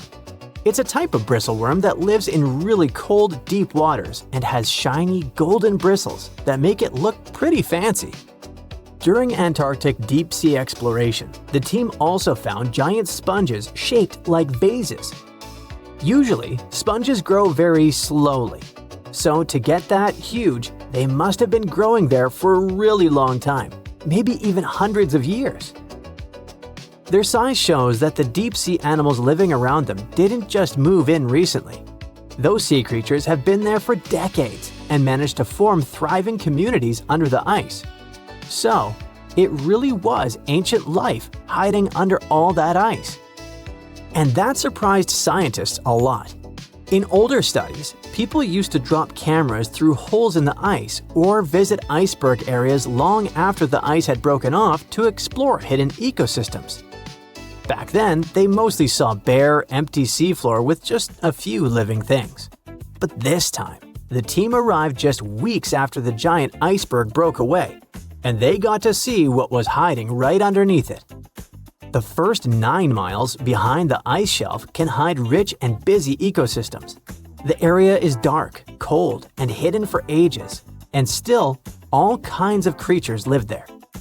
This shows that life can survive in places that seem too harsh or frozen for anything to live. On the other hand, finding all this life down there isn't super surprising. Lots of animals live in dark, cold places underwater, so it makes sense that they'd be under the ice shelf too. The ice kind of hides them and keeps them safe from anything going on above. But what's weird is how many different kinds of creatures live there, even though it used to be a really closed-off space. It actually looks a lot like the seabed in parts of Antarctica that don't have ice on top. How can that be? Usually, tiny plants called phytoplankton grow near the surface where sunlight hits. Little shrimp-like animals called krill eat those plants at night. When krill get full, they sink down and bring food and nutrients to the ocean floor. Even their waste helps feed the deep-sea creatures. But if there's a huge ice cap above, sunlight can't get through, so no plants can grow there and no krill bring food down that way. Scientists thought this would mean less food and fewer animals down there, but they found a lot of life anyway. Turns out, food and nutrients probably sneak in under the ice, carried by underwater currents, kind of like rivers flowing under the ocean. Scientists found some animals that lived a long time, so it looks like those currents, which mostly come from melting glacier water, bring enough food to keep the ecosystem healthy and full of life. No one really knows what's going to happen to all that deep-sea life now that the iceberg has floated away. Those creatures have lived under the thick ice for who knows how long, in super stable, pitch-black conditions. Obviously, they're not exactly fans of change, so losing that icy roof might totally mess with their whole setup. One of the scientists mentioned that the ice shelf the iceberg came from has been creeping backward, like 25 miles over the last 50 years. That's a part of a bigger pattern. Antarctica's ice is melting faster and faster, which pushes sea levels up around the world. That's why this Antarctica discovery matters.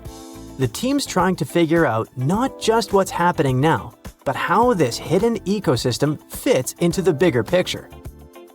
If we can understand how this place is changing over decades or even centuries, maybe we can predict what's coming next. And it's pretty amazing that breaking ice can tell us so much, right?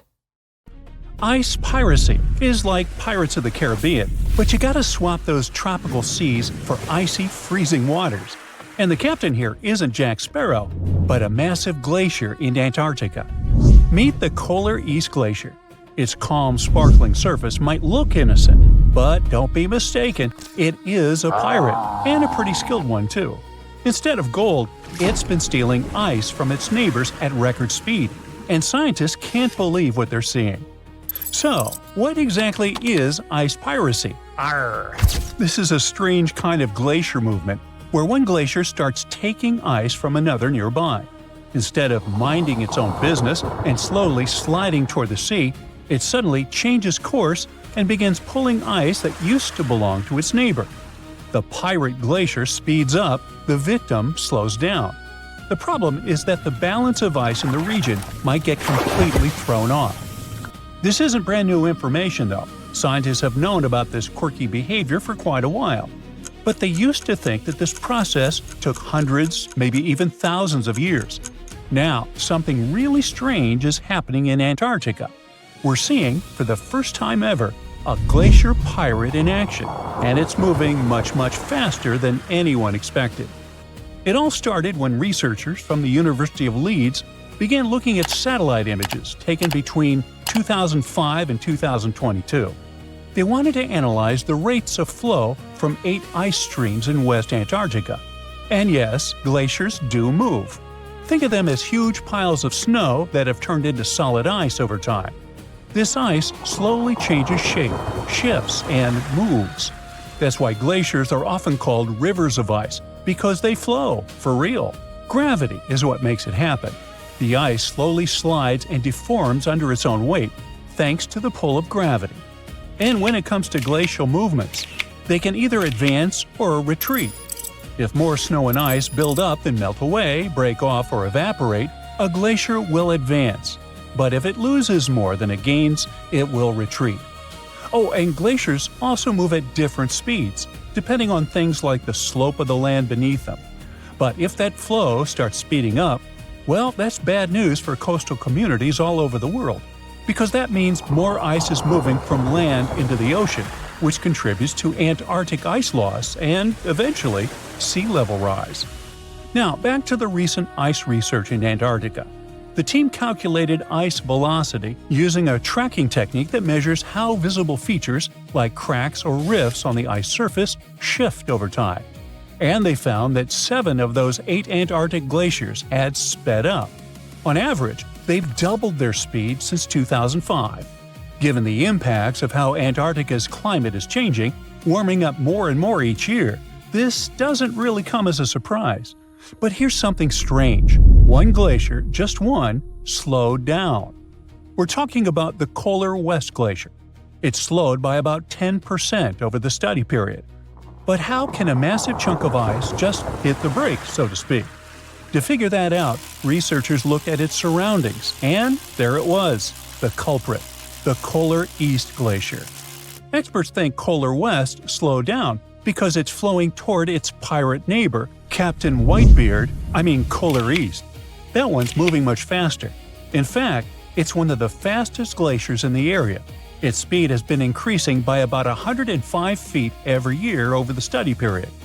Okay, that might sound slow, even for a tortoise. But for a glacier, that's disturbingly fast. Kolar East is the Usain Bolt of ice chunks, and that's not even the most impressive part. The strange thing is that it changed its flow direction. Instead of moving straight ahead like it used to, it's now turning towards its neighbor, Kolar West, and pulling ice from it. Scientists think this is happening because the ice at the point where the glacier meets the ocean is melting faster than before. That glacier melting makes the ice thinner, and as it thins, it changes the way the ice upstream flows. So now, instead of feeding both glaciers evenly, more of that ice is being funneled onto Kolar East. In short, Kolar East is speeding up and changing its course. So now it's pulling or stealing ice from its slower neighbor. And just like that, this mysterious glacier in Antarctica became a real ice pirate. Okay, this whole ice piracy thing isn't that weird. I mean, it's part of how glaciers normally behave. Slow, dramatic, and occasionally a little mischievous. What really blows scientists' minds is how fast it's happening. They used to think this was a super slow process, something that would take hundreds or even thousands of years. But this one is taking place in just 18 years. And this is a huge satellite discovery in Antarctica.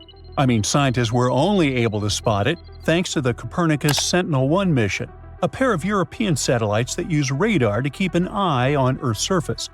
They can track changes in ice, land, and ocean with incredible precision and coverage, making them perfect for studying how the polar regions are changing. Because here's the thing, keeping an eye on the coldest parts of our planet is becoming essential for our future.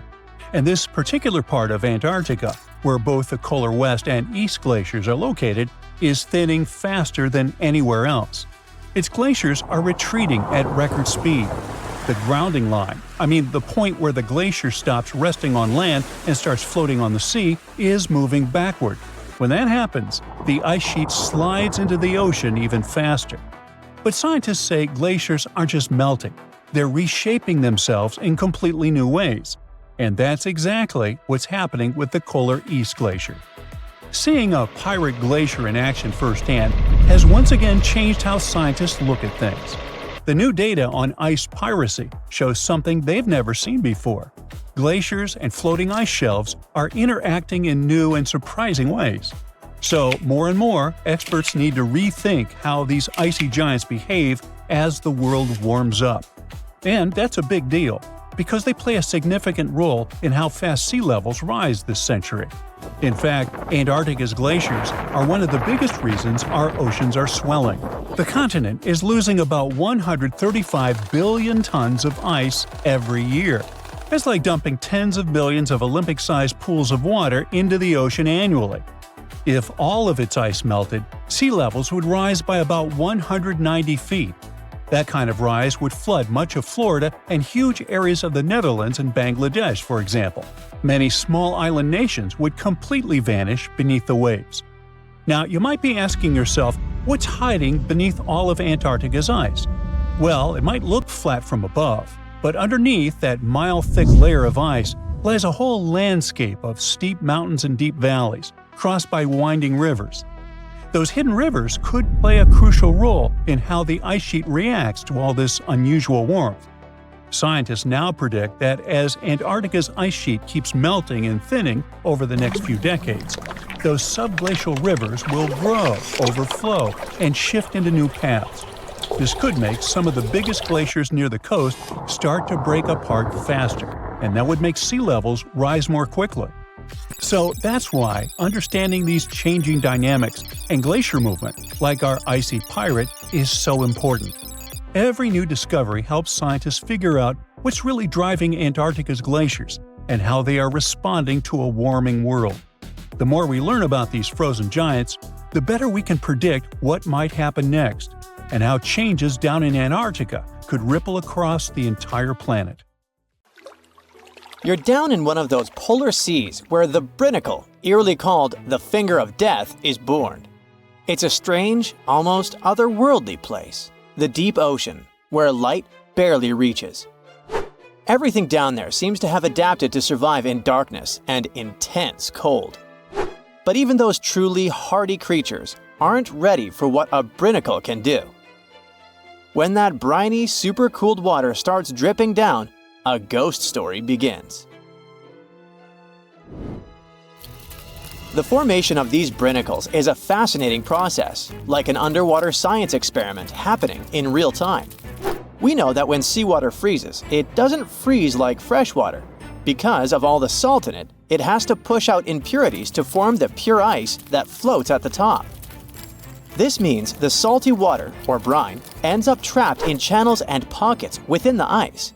When it sees the light of day for the first time, a brinicle resembles a pipe of ice reaching down from the underside of a layer of sea ice. At first, a brinicle is very fragile and its walls are thin. But the continuous flow of colder brine supports the growth of the brinicle. It also prevents it from melting. Otherwise, this process would be inevitable, caused by the brinicle's contact with less cold surrounding water. As the ice accumulates and the walls become thicker, the brinicle becomes more stable. Over time, the brine trapped inside gets squeezed out through tiny cracks, dripping down in this cold, heavy plume. Once that cold brine starts flowing downward, it begins freezing the seawater around it into a sheath of ice. That's why, instead of melting as it hits the water below, it forms this icy casing that protects it, helping it grow longer and stronger. The brinicle keeps moving forward inch by inch, and this crazy downward spiral is almost unstoppable. And when it touches down on the seafloor, that's when the trouble begins for anything living nearby. Imagine being one of those creatures on the seafloor, maybe a sea star or an unsuspecting urchin just trying to make it through the day. And all of a sudden, you see this icy tentacle nearing you. It isn't just some cold water coming down. It's basically a net of ice moving down and spreading out. There's no escape, no way to predict its coming, and no chance for survival. It's a slow-motion natural disaster in action. When a brinicle reaches the seafloor, it continues to accumulate ice while the surrounding water freezes over. The brine keeps traveling across the seafloor in a downslope direction. Once it reaches the lowest possible point, it stops and pools. But don't let the danger distract you from how beautiful brinicles are. Well, in their own creepy way. They look like something you'd see in a dream. Elegant, twisting ice tubes reaching down, perfectly symmetrical, and totally random. Filming a brinicle is no easy task because they're delicate when they first form. Just the motion from a nearby current or a sudden change in temperature can snap them off, ending the show before it really starts. So, scientists who managed to capture brinicles on film in 2011 actually got incredibly lucky. It was the first time the world got to see this icy finger descending and freezing everything it touched, and it changed our understanding of polar ecosystems. Brinicles can reach quite impressive sizes. Sometimes they can stretch for several feet. Their size depends on the conditions of the water and ice above. The slower the water movement and the colder the temperature, the bigger and stronger a brinicle can grow. But if the water's too deep or if there's too much movement in the current, the brinicle is likely to break apart. It needs just the right balance to survive long enough to touch down and freeze over the ocean floor. For creatures living on the seafloor, brinicles are like invisible booby traps, only instead of avoiding a net, they're avoiding an expanding ice cage. Starfish and sea urchins might not have big brains, but they have a basic survival instinct to crawl away from danger. Sadly, with brinicles, they're usually caught completely off guard. One second they're minding their own business, the next, an icy sheet is closing in around them, trapping them where they are and freezing them almost instantly. It's hard not to feel sympathy for these creatures, right? You watch footage of a brinicle in action and you see a starfish just stopping. One moment it's moving slowly along the sand, and then it's frozen in place, totally helpless. It's like watching a train wreck in slow-mo. Luckily, brinicles present danger only to smaller marine life forms like sea urchins and starfish. Bigger animals like seals or whales, or humans who happen to go diving in the ocean at the frigid poles, brinicles are totally harmless. At the same time, for scientists, this tough natural phenomenon offers a fascinating insight into how life adapts, or fails to adapt for that matter, in extreme environments. And it gets even better. A brinicle might just be the perfect setup for life to begin. Researchers are now looking at these super salty ice tubes as not just fatal traps, but potentially as sources of life. This theory isn't just science fiction, it's rooted in actual research. Here's how it goes. The brine channels in sea ice are full of tiny, confined spaces. Those are exactly the kind of places where chemicals can get trapped, concentrated, and start interacting in interesting ways. It's like setting up a mini-lab where the building blocks of life can come together and create something new. Scientists think this process of salt rejection in sea ice could have actually helped the first bits of life appear. Some researchers even think that this process might be happening right now on icy moons like Europa, Ganymede, or Enceladus, where there might have been frozen seas beneath thick ice layers. Just imagine it. Brinicles forming in other worlds of our solar system, laying down the foundations for extraterrestrial life, and all thanks to the same icy process that creates these fingers of death here on Earth. One way scientists describe brinicles is by comparing them to chemical gardens. Have you ever done one of those experiments where you mix metal salts into a solution and watch them produce plant-like structures? Well, you can observe a similar chemical process when a brinicle is in action. In the cold, saline-rich brine of a brinicle, certain reactions could kick off to create amino acids or other building blocks of life. It's wild to think that something so dangerous could have also helped shape our world, or could be creating other forms of life elsewhere. In both cases, whether on Earth or another planet, these icy chemical reactions might be the first step toward the formation of simple life forms. It's a kind of alchemy, where ice and salt water mix to create something more than the sum of their parts.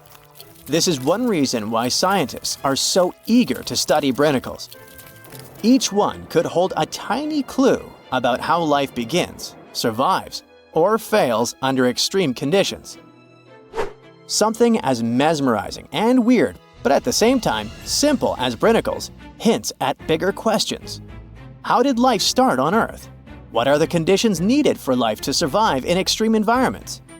Could icy structures like these exist in other parts of our solar system or beyond, creating similar conditions that might one day give rise to alien life? As much as they look like a silent threat reaching out from the ice, brinicles are also reminders of how beautifully complex and interconnected our world is. They may seem like simple fingers of ice, but they hold secrets that touch on everything from ecology to chemistry, to the origins of life itself. So next time you hear about the ocean, remember that deep below in the darkest, coldest waters, something incredible and a little bit terrifying is happening right at this moment. This sleek, state-of-the-art submarine named Ran was sent to explore the depths of Antarctica. But as soon as it discovered something, it mysteriously disappeared. So, what happened? It all started when scientists wanted to explore one of the most remote and mysterious places on Earth, the Dodson Ice Shelf in West Antarctica. This ice shelf, silent giant, stretches 30 miles wide. That's almost the length of New York City. It stands between two icy promontories, the Martin and Bear Peninsulas, and it hides an entire world of geological mysteries. If you think that Antarctica is nothing but a desert of super thick snow and ice, you're wrong. There are entire landscapes hidden deep down there. The underside of the Dodson Ice Shelf is a rugged, dynamic terrain shaped by the slow, relentless forces of nature. There are towering ice formations, deep troughs, and bizarre structures stretching for hundreds of feet. Scientists are super curious about it, but as you can imagine, this landscape isn't easy to explore at all. To find out more, we have to scan the area with satellites or try drilling through the snow, trying to collect the big picture, piece by piece. But these methods only gave us vague hints. The real breakthrough happened when scientists came up with the idea to let the submarines explore it. Autonomous submersibles could swoop deep into the icy waters beneath the Dodson Ice Shelf and tell us what's up down there. These robotic explorers have fantastic advanced sonar systems. It's that thing that bats or dolphins do. They can use sound to see the world. Basically, they send out sound waves underwater, and when those waves hit something like the ice shelf above or the seafloor below, they bounce back to the system. Animals feel how long it took for the sound waves to return and how they changed. And this helped them understand what's located where. For example, clicks that dolphins send out tell them where the fish are. We copied this crazy evolutionary trick and adapted it to our underwater exploration. Only our version is much cooler, with a higher level of precision, so we created detailed maps of the environment. The Rand submarine was one of those robotic explorers. It was named after the Norse deity of the sea. Ran had been meticulously programmed to navigate a treacherous landscape of Antarctica. But even with all this training, its journey led to an unexpected and eerie end. In 2019, Ran was sent to explore the depths beneath the Dodson Ice Shelf. It was a hero, the first one to go on a mission like this. The team said it was like seeing the other side of the moon.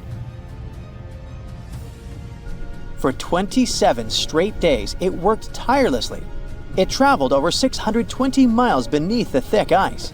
That's like a journey from Paris to Berlin. Ran went further and deeper than anyone could have imagined. At one point, it reached over 10 miles into the glacier's belly, and what it discovered down there was astonishing. Scientists thought there would be some smooth, uniform ice surfaces, but Ran revealed an underside marked by huge cracks, ridges. There were formations that looked like sand dunes, frozen in time. And finally, it found some mysterious swirling and teardrop-shaped patterns.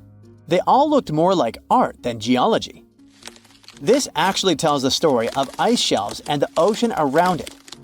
Warm water sneaks in under the ice and melts it from below. Sometimes it smooths the ice out, but other times it carves out these weird, uneven shapes that look like patterns and drawings. And some of these shapes are huge, over 1,300 feet long. That's about 3.5 football fields. The reason why they look like swirling doodles is because the Earth spins. It makes the water turn in special ways, bending the shapes and drawing these spirals. It's called the Coriolis effect. Imagine you were on a merry-go-round and tried to throw something like a ball. It would go in a curve, not a straight line. Same thing happens with the water on Earth. Later, scientists found similar patterns in other Antarctic ice shelves, though they weren't as epic as the ones under Dodson. But Ran also discovered something horrifying. Turns out that these warm waters, aside from being great artists, are also a huge danger. The Dotson ice shelf isn't just hanging out serenely on the sea. It's part of a very delicate system and acts as a protective barrier that holds back huge glaciers in West Antarctica. The ice shelf is floating on the ocean, but it's still connected to the land. As warm water sneaks underneath it and the ice melts, the Dotson can't hold on to the land as tightly anymore. The protective barrier starts to weaken, and this lets the glaciers behind it move faster into the ocean. When those glaciers flow into the sea, they add more water, which could cause sea levels to rise, eventually changing our coastlines. Rand stumbled upon huge pockets where the ice was melting at alarming rates, all due to powerful underwater currents. It was like seeing a ticking clock on the glacier. The stakes were high, but luckily the submarine was ready. This time, it managed to return. And then, it worked for 5 more years, helping scientists with tons of useful data. The missions were daunting. There could be periods where Rand slipped into the pitch-black cavity beneath the glaciers, spending 24 hours without communication. But it was mapping every peak and every valley. It gained experience from over 40 missions below ice. Then, in early 2024, Rand went on a mission to the Thwaites Glacier. The mission was bold from the start. This place is also ominously referred to as the Doomsday Glacier. It's called that because it's slowly melting and has the potential to raise sea levels worldwide if it collapses, causing catastrophes everywhere. That's why Rand was dispatched to explore its underbelly, a place that had never been mapped so intricately before. The idea was to uncover the glacier's secrets, study how rapidly it was melting and why. This was Rand's second time exploring Thwaites. During the previous visit, it became the first sub to ever map the glacier's underside. Rand was exploring the depths from 650 feet to 1,650 feet. It sent a lot of data about how the Doomsday Glacier was slowly melting due to warm ocean currents. But while venturing into these icy depths, something went wrong. Out of nowhere, Rand vanished, without warning, without a trace. One moment it was sending back crucial data, and the next it had slipped into the abyss. No distress signals, no final transmission, and it didn't return to the point it was supposed to. People sent extensive searches, helicopters soared overhead, drones buzzed through the frozen skies, but no sign of the submersible emerged from the glacier's grasp. After a while, Rand's batteries would certainly run away. So at this point, it had definitely been swallowed by the abyss beneath 1,500 feet of ice. That was a huge and sad loss for the scientific team. The scientists at the University of Gothenburg are now looking to replace Rand and continue their important research under Thwaites. To this day, scientists have no idea what happened to it. Some say it may have been trapped in the ice. Others believe it was pulled away by an unseen current. It also might have collided with something unexpected. Whatever the truth is, its disappearance has left scientists stunned, and it looks like the ice shelf will hold on to its secrets a little longer. At least we gained a treasure trove of knowledge from Rand's journey. Scientists keep exploring Antarctica, looking for history that hides under the snow. For example, they discovered that around 90 million years ago, a lush temperate rainforest thrived near the South Pole. They revealed an ancient world far warmer than they ever imagined. Deep in Antarctica, they unearthed fossilized roots, pollen, and spores preserved in the soil. All this shows that there was a swampy rainforest that flourished despite months of polar darkness. All these discoveries changed our understanding of Earth's climate, both in the past and the future. Look at those lush coniferous forests and tundra. What a wonderland! You may have mistakenly thought it's Canada, but it's not. It's Antarctica, about 34 million years ago. So what makes Antarctica this frigid today? It turns out a mix of dropping carbon dioxide levels and some tectonic shuffle played a huge role in transforming this ice-free paradise into the frozen continent we know now. About 50 million years ago, CO2 concentrations were sky-high, strutting around at around 1,000 to 2,000 parts per million. But as those levels tumbled down, global temps started to drop, paving the way for the mighty ice sheets that later took over Antarctica. While the CO2 dive was happening, tectonic activity was also working its magic. The big split between South America and Antarctica opened up the Drake Passage, which created the Antarctic Circumpolar Current.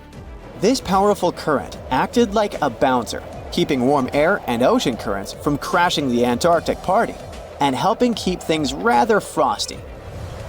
If you mix up Australia and Antarctica, you're not that wrong. These two continents used to be one. If you mix up Austria and Australia, it's much worse. By the way, don't fall for the internet myths and memes. There's no help desk in Austria specifically for people who intended to fly to Australia. Now, look at this magnificent Australian pink beach. It's precious, and not in a figurative sense.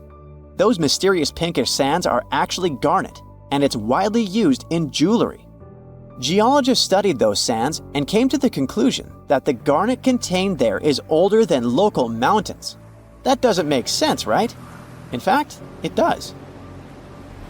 You see, Australia didn't used to be this very detached continent as it is now. Many millions of years ago, Australia and Antarctica were part of the supercontinent Gondwana, and glacial erosion released the garnet, which eventually made its way to the beach. These sands formed when South Australia was flat and chill, long before the mountains appeared. Most garnet gets washed away, but this batch has a rich history, tracing back to glacial rocks in the Transantarctic Mountains. So this pink sand comes from an ancient mountain range hidden under Antarctic ice. Not only does Antarctica ice hide gems like garnet, if you look harder, you might find entire buildings. Sounds insane, but this is exactly what a British explorer did. His name is Chris Brown, and he uncovered an entire building beneath the ice.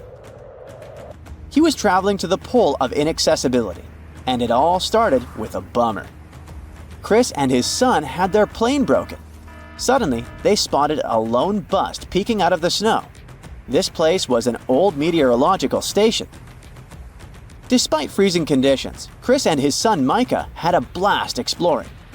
Chris is on a mission to conquer all 7 earthbound poles of inaccessibility and has tackled 5 so far. I guess you already know that Antarctica is the largest desert on Earth, much larger than the Sahara or the Gobi. Still, despite being the driest continent on Earth, it boasts a seriously weird waterfall. Nestled in the mesmerizing McMurdo Dry Valleys, it's 5 stories tall and looks like it's gushing blood. It's even called Blood Falls. It may look outlandish and even frightening, but its nature can be easily explained. The water that creates this crimson cascade was once a salty lake, but over time, it became sealed off from the outside world when glaciers formed on top of it. Now, this ancient water hanging out 1,300 feet below the surface has cranked up its salt levels to 3 times saltier than the ocean. This salt water is also loaded with iron and gets 0 oxygen or sunlight. When the iron-rich water trickles through a crack in the glacier and meets the air, it rusts up, turning dark red. You may have mistakenly heard that no bug species belongs to Antarctica, but it's not exactly true, because there's this tiny Antarctic midge living there. Plus, there are some spiders too. Those aren't your average spiders hanging out in the darkest corners of your apartment. Those are critters lurking in the chilly darkness of the Antarctic ocean floor.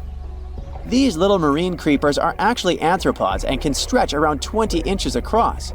As if that wasn't bizarre enough, they also breathe through little holes in their legs. Quick question. What's the color that you associate most with Antarctica? I'm sure it's white. That's my association too. However, Antarctica may look like a slice of watermelon.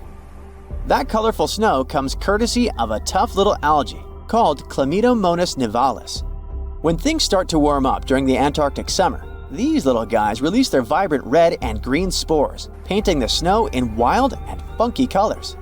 But it's best to steer clear because that snow is not just a pretty sight. It's also toxic and definitely not edible. Searching for fossils is always a blast, but when you're in one of the most remote spots on the planet, it gets even more exciting. A diverse team of scientists recently hit the mother lode, pulling in over a ton of fossils from ancient marine life, dinosaurs, and birds from the late Cretaceous period, about 71 million years ago. Their adventure kicked off with a flight to South America, followed by a 5-day trek through the infamous Drake Passage. Upon reaching Antarctica, they set up camp using helicopters and inflatable boats. You might be thinking, why dig in Antarctica with all that ice? Well, it turns out there are places where rocks pop up, depending on the season. The team went to James Ross Island, located in the Antarctic Peninsula, and they went there during February and March. And that's one of the few parts of Antarctica where in summer, rocks are exposed, and those rocks can come from the age of dinosaurs. The expedition was a success, as they discovered over a ton of remarkable finds. Next up, the fossils will head to Chile before making their way to Pittsburgh's Carnegie Museum of Natural History. Among their discoveries, they found relics dating back about 71 million years, alongside some around 67 million years old, including plenty of snails, clams, and various marine creatures. Yikes! Look at this creepy sea worm. It could live in LA and be a star in a horror movie, but it chooses to call the chilly waters of the Southern Ocean near Antarctica its home. These worms can grow up to 8 inches long and 4 inches wide, but don't let their spooky exterior trick you. Research suggests they might actually be superheroes in disguise, playing a vital role in keeping ecosystems buzzing. Now, see that head? It's not really a head, it's just a retractable throat that helps this toothy creature chow down on its meals. Antarctica has many creepy critters to offer. Let me introduce you to the Antarctic strawberry feather star. It's not like Patrick from SpongeBob though. It's more like a deep-sea creature straight out of a horror movie. Picture this, 20 wiggly arms, some stretching up to 8 inches, all decked out with these bizarre little bumps. Yikes indeed. Back in 2014, scientists buried 34 seismic monitors in the snow on the Ross Ice Shelf, which is huge. Think of it as an ice slab the size of Texas, just chilling over the Southern Ocean. These clever little machines picked up a nearly non-stop buzzing. Even though our human ears usually can't catch these low-frequency sounds, scientists have worked their magic and made them audible for us. They even shared the creepy audio online. A glaciologist from the University of Chicago says that if you could hear this vibration, it'd sound like a swarm of cicadas taking over the backyard in late summer. But these glacier explorers weren't trying to capture spooky tunes. They're actually on a mission to monitor the Ross Ice Shelf because things are heating up, literally, and the ice is melting faster than ice cream on a hot day. Ice shelves are like Earth's safety plugs, keeping all that massive ice from surging into the ocean. So what exactly is making all that noise? It's likely just strong winds whipping across ice dunes, creating a kind of natural vibration.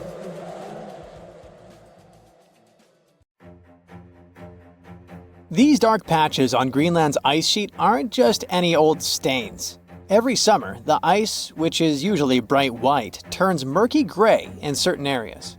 This so-called dark zone was a huge mystery for a long time, until some studies discovered that this weird transformation was connected to the odd appearance of red, green, and brown-colored algae. The scariest part is that this algae bloom keeps growing. The dark zone is getting darker, and terrifying microbes might start appearing. Now, the rest of the world should be concerned. The Greenland ice sheet is like a massive ice blanket that covers around 80% of the island. It's so thick that it holds about 8% of the world's freshwater ice. For most of the year, the ice looks like a giant untouched white sheet stretching over the land. But when summer rolls around and temperatures start to rise, things begin to change. The ice melts, revealing rocky areas along the coast. And as you move further inland, that once smooth white ice becomes darker. This is the dark zone, and it covers an area of around 248 miles in length and 62 miles at its widest point. This weird phenomenon happens basically for two reasons. The first one is black carbon. Just like dust that builds up on your bookshelf, the ice in Greenland has the same issue. The wind carries a mix of dust and soot to this icy area. But unlike your bookshelf, you can't just wipe it off with a cloth. In Greenland's case, this dirty mix settles on the ice and sticks around for thousands of years. So, the dark zone is basically covered in a fine layer of dust that's built up over time. Back in 2014, researchers analyzed this dirty mix and found that the darker ice areas were filled with black carbon. This black carbon didn't just appear out of thin air. Well, actually, it sorta did. Scientists believe it mostly comes from smoke produced by wildfires in northern Canada and Alaska somewhere in the past. As you might guess, black carbon is black, which is why it makes the ice look darker. Now, the second big reason for the Greenland ice sheet's summer makeover has to do with those algae we mentioned earlier. We're mostly talking about two types of it: the Ancylonema alaskana and the Ancylonema nordenskjoldii. Both of them love cold water regions. During winter, they stay in a dormant state deep within the ice. But when spring comes, they start to slowly migrate to the surface. By the time summer hits, they're ready to bloom and soak up nearly 24 hours of sunlight each day for photosynthesis and growth. Normally, these algae are green, but when exposed to sunlight, they turn brown as a natural way to protect themselves from harmful ultraviolet rays. And this color change is also what makes the ice in Greenland look darker. So far, this has been normal behavior. What's really alarming is that these algae blooms are getting bigger and bigger every year. This happens because they thrive on phosphorus, a nutrient that's plentiful out there and comes from a mineral called hydroxylapatite. This mineral is found in a type of rock that breaks down into tiny dust particles, which are then blown across the ice by the wind. As the climate gets warmer, the rocks dry out more, and stronger winds carry more dust. More dust means more phosphorus, leading to more algae growth. See? It is a cycle, and it keeps getting worse every year. Studying this is crucial to understanding why the dark zone keeps getting bigger. From the year 2000 to 2012, its size increased by 12%. But you might be wondering, why should we care? After all, it's just ice getting darker, right? Well, not exactly. Think about how you can't stand wearing black clothes on a hot, sunny day. They soak up the heat and make you feel even hotter. That's because darker surfaces absorb more sunlight. The same thing happens to ice. Together, dust, black carbon, and algae blooms are responsible for about 70% of the variability in albedo on the Greenland ice sheet. Albedo is just a fancy word for how reflective a surface is. If you take two surfaces, one white and shiny and the other dark and rough, the white one will reflect a lot of light and heat, giving it a high albedo. The dark one, on the other hand, will absorb more light and heat, so it has a low albedo. During the summer, the Greenland ice sheet experiences a reduction in albedo. This means the ice absorbs more sunlight, and when ice absorbs more sunlight, it melts faster than it should. This is why understanding what's happening in the dark zone is so important. It helps predict how quickly the Greenland ice sheet is melting and how it can affect the rest of the world. Greenland's ice sheet is the second largest in the world, covering an area about the size of all the land in the United States east of the Mississippi River. And its huge mass of ice averages a thickness of 1.4 miles. Unfortunately, the ice loss has skyrocketed. Back in the 1990s, Greenland was losing about 25 billion tons of ice per year. Now, it's losing around 234 billion tons per year. That's nearly 10 times more ice melting away each year. According to NASA, if all of Greenland's ice sheet were to melt, it would increase global sea levels by about 24 feet. That could be catastrophic for coastal countries and cities around the world.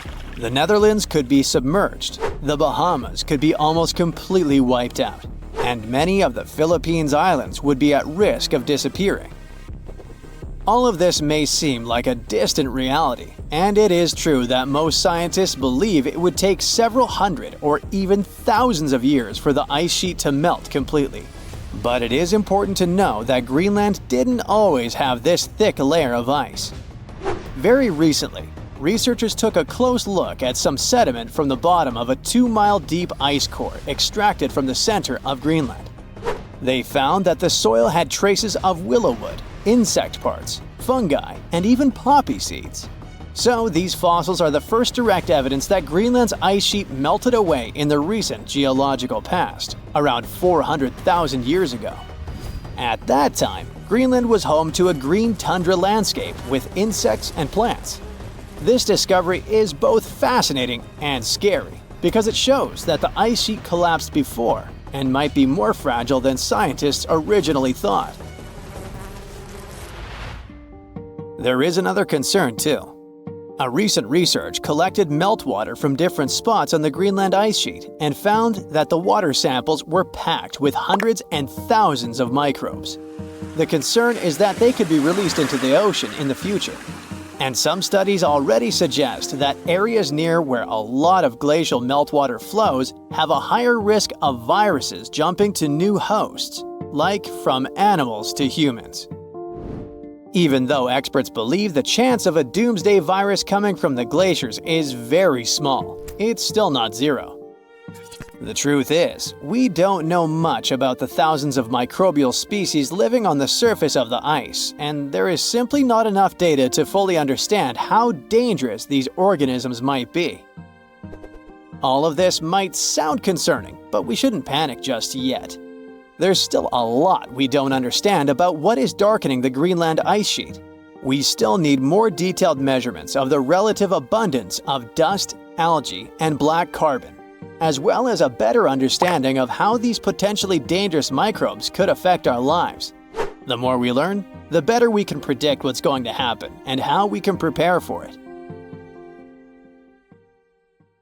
They say nothing is ever lost, and it's true. Let's discover ships frozen in time. The first one is truly fascinating. Here, the Antikythera shipwreck. It's a Greek trading ship from the 1st century BCE. It's located on the east side of the Greek island of Antikythera and at the merging point of the Aegean and Mediterranean seas. Around 2,000 years later, in 1900, a group of Greek sponge divers discovered the wreck.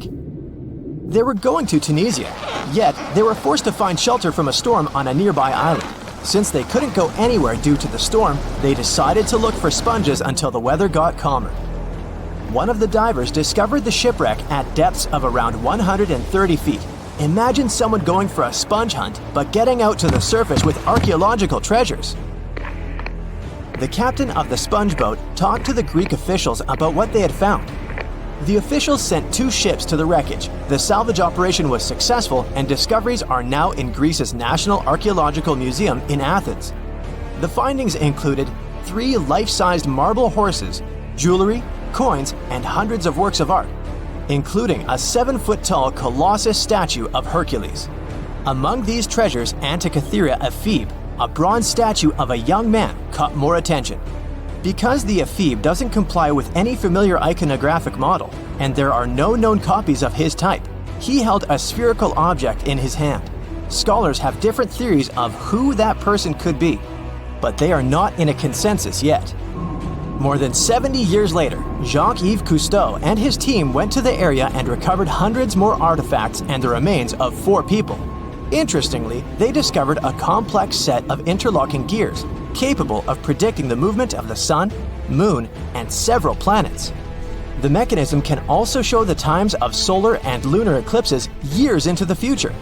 Think of this Antikythera mechanism as an early computer calendar, to plan significant events like agricultural activities, religious rituals, and Olympic Games. These artifacts found in the Antikythera wreckage are some of the most important findings in modern archaeology. Just the Antikythera mechanism itself has changed our perception of the limits of ancient technology. The mechanism has a sophisticated design and was made over 1,000 years ago. After all these amazing discoveries, experts believe that the wreckage site has remained largely unexplored and is mostly because of its location and the landscape of the seafloor on which the ship rests. The wreck is too deep for scuba divers but too shallow to use something like a submersible. A survey made on the seafloor in 2012 showed evidence of a second wreck about 800 feet to the south. It's clear that this area has a lot to offer humanity. What would happen if those sponge hunters didn't go to the area? Scientists found a shipwreck in Antarctica at the bottom of the Weddell Sea 107 years after it sank. The name of the ship was Endurance, and it was the lost vessel of Antarctic explorer Sir Ernest Shackleton. Scientists who laid eyes on it decades later say it is among the greatest undiscovered shipwrecks ever. That is why they filmed the whole discovery.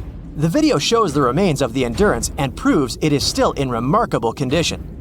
It has been sitting in 10,000 feet of water for over a century, yet it looks like it sank very recently. So the story goes like this. The ship was crushed by ice and sank in 1915. Shackleton and his crewmates had to escape by themselves in small lifeboats. From then on, it was all about survival. Shackleton imagined to get his crew to safety. Then, the ship sank. Yes, this is a pretty impressive story. But why did scientists prize this ship? Firstly, Shackleton's Imperial Trans-Antarctic Expedition sailed to make the first land crossing of Antarctica. Yes, the crew was trapped in ice, but the intention was important. Secondly, it's about the challenge itself of finding the shipwreck. The Weddell Sea is almost always covered in thick sea ice. You know, the same ice that made the Endurance sink. Getting near the presumed sinking location is super hard, let alone being able to conduct research. Experts of the modern expedition team foresaw the time when the lowest extent of Antarctic sea ice would come using satellite images. They realized that the weather was in their favor to start an expedition. Dr. John Shears said that they have successfully completed the world's most difficult shipwreck search, fighting against constantly shifting sea ice, blizzards, and temperatures decreasing to -0.4 degrees Fahrenheit. Yeesh, I can't imagine the worst conditions in Antarctica if these conditions are in their favor. Lastly, look at this. It's timbers. They're very much intact. Plus, you can read the ship's name. It's still visible. Marine archaeologist Menson Bound says that this is the finest wooden shipwreck he has ever discovered. He has 50 years of career experience, so I believe the guy. So how come the wood is not rotten? Dr. Michelle Taylor, a deep-sea polar biologist, said that there has been little wood deterioration because the wood-munching animals are not in this forest-free region of Antarctica. Workers of a coal mine in East Serbia discovered 3 shipwrecks that had been there for at least 1,300 years. The largest shipwreck is an ancient Roman fleet. It's around 50 feet long with a flat bottom. It's estimated that the ship could carry a crew of 30 to 35 people. Looking at its hull, you can see the marks of repairs. Wow, this one had a lengthy career. You know, it gives us insight into more than 1,000 years ago. The 2 smaller vessels, on the other hand, match descriptions of boats used by Slavic groups to attack the Roman frontier. These 2 have been discovered under mud and clay in an ancient riverbed. Apparently, in those times, there was a Roman base in a place called Viminacium City. Interestingly, Viminacium was a provincial capital with an estimated 40,000 inhabitants in the 4th century CE. For comparison, it was even larger than Pompeii. The Kostelach coal mine is a center of hidden gems. Archaeologists had found evidence of ancient human and animal activity here before. For instance, in 2012, experts found bones of at least 5 woolly mammoths, which went extinct about 10,000 years ago. Canadian archaeologists found a ship 150 years after it went missing in the Canadian Arctic waters. This merchant ship is called HMS Investigator. It was purchased in 1848 to search for the explorer Sir John Franklin's ship that got lost in the Northwest Passage expedition. So, HMS Investigator left Britain in 1850 for this rescue operation. The expedition crew, captained by Robert McClure, sailed the Investigator into the water. He realized that he was in the final leg of the Northwest Passage, the sea route across North America. But before he could sail into the Beaufort Sea, the 122-ton ship itself got stuck in the thick ice. The crew spent the winter over the Prince of Wales Strait. The following summer, McClure tried again to sail to the end of the passage, but the ice blocked his way once more. Here, too, the crew was forced to leave the ship. He steered the crew into the Bay of Mercy. There, they were to remain until 1853 when the crew of the HMS Resolute rescued them. Imagine a crew of 60 people who had to spend 3 winters in the Arctic without even knowing if they would survive. Later on, the ship was found sitting upright in about 36 feet of water. It was in very good condition.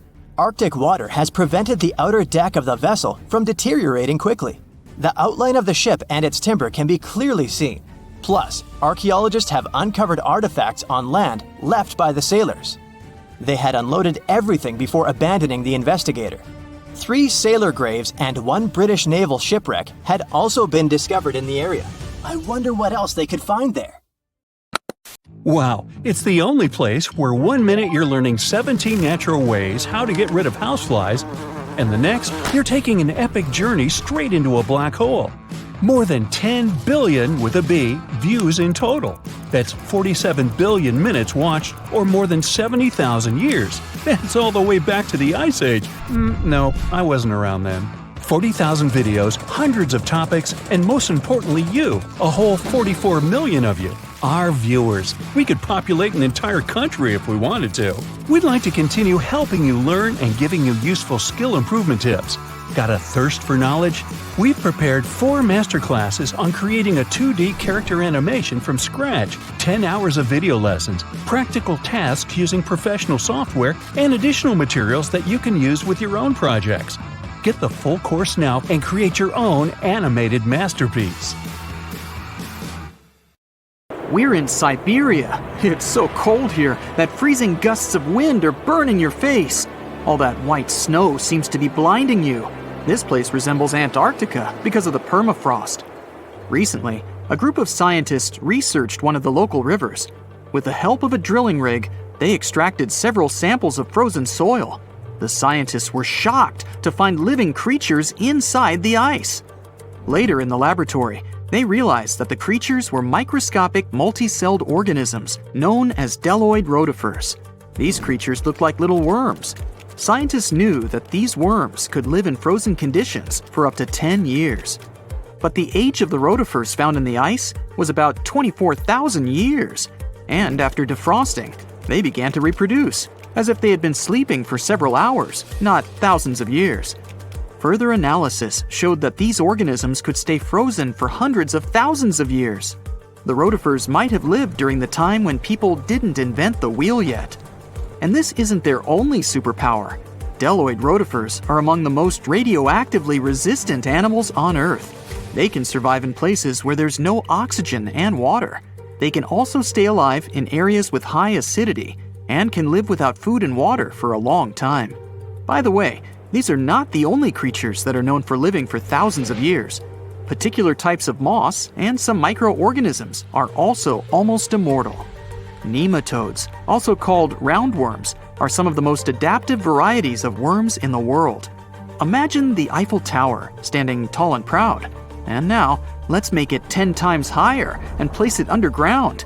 Exactly at this depth, many thousands of feet under the surface, scientists discovered these creatures.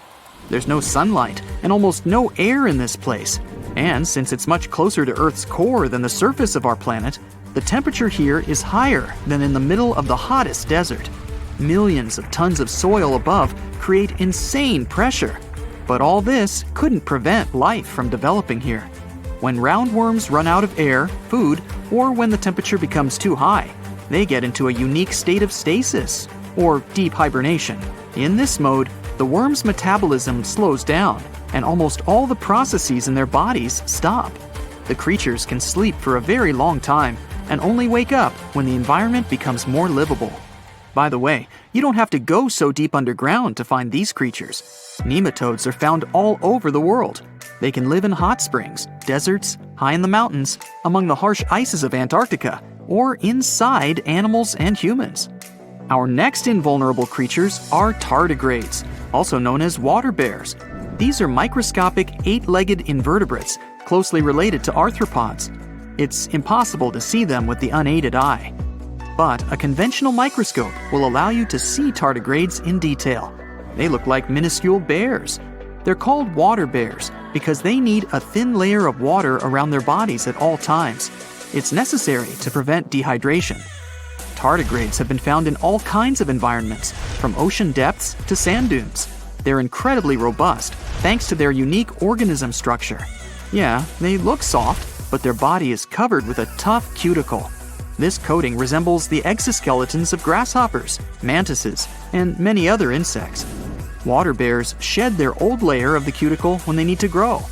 Each of their 8 legs has 4 to 6 claws, which helps them cling to any surface. The bears can survive at a temperature that's almost 3 times as cold as the temperature in the ice of Antarctica. Heat doesn't harm them either. They have been proved to survive at the temperature that makes water boil.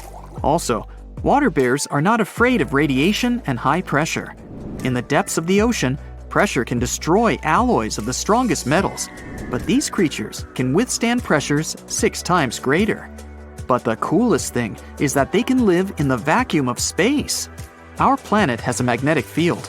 This is a shield that protects us from solar radiation. Tardigrades don't need this protection. They can go into near-Earth orbit and come back unharmed, all thanks to a protein protecting their DNA from ionizing radiation. Like other immortal organisms, water bears can fall into a state of cryptobiosis. Tardigrades pull their head and legs inside their bodies and fall asleep. If the surrounding conditions suggest freezing, drying out, or experiencing a lack of oxygen, they will remain in this barrel form until the situation improves. So those are microscopic organisms and microbes that can only be seen through a microscope. But how about something bigger? Meet ironclad beetles. They live in the southwestern US and Mexico. These insects cannot survive high temperatures, live without oxygen, or in conditions of increased radiation. But their shells are so tough that they can only be pierced with a drill or hammer. Their durable exoskeletons are made of a special substance, chitin. It can also be found in the armor of crabs or shrimp. And still, the chitin of the ironclad beetle is so durable that it allows this creature to withstand the impact of a car moving at high speed. In times of danger, they can hide their whiskers and strong legs in special recesses in their shell.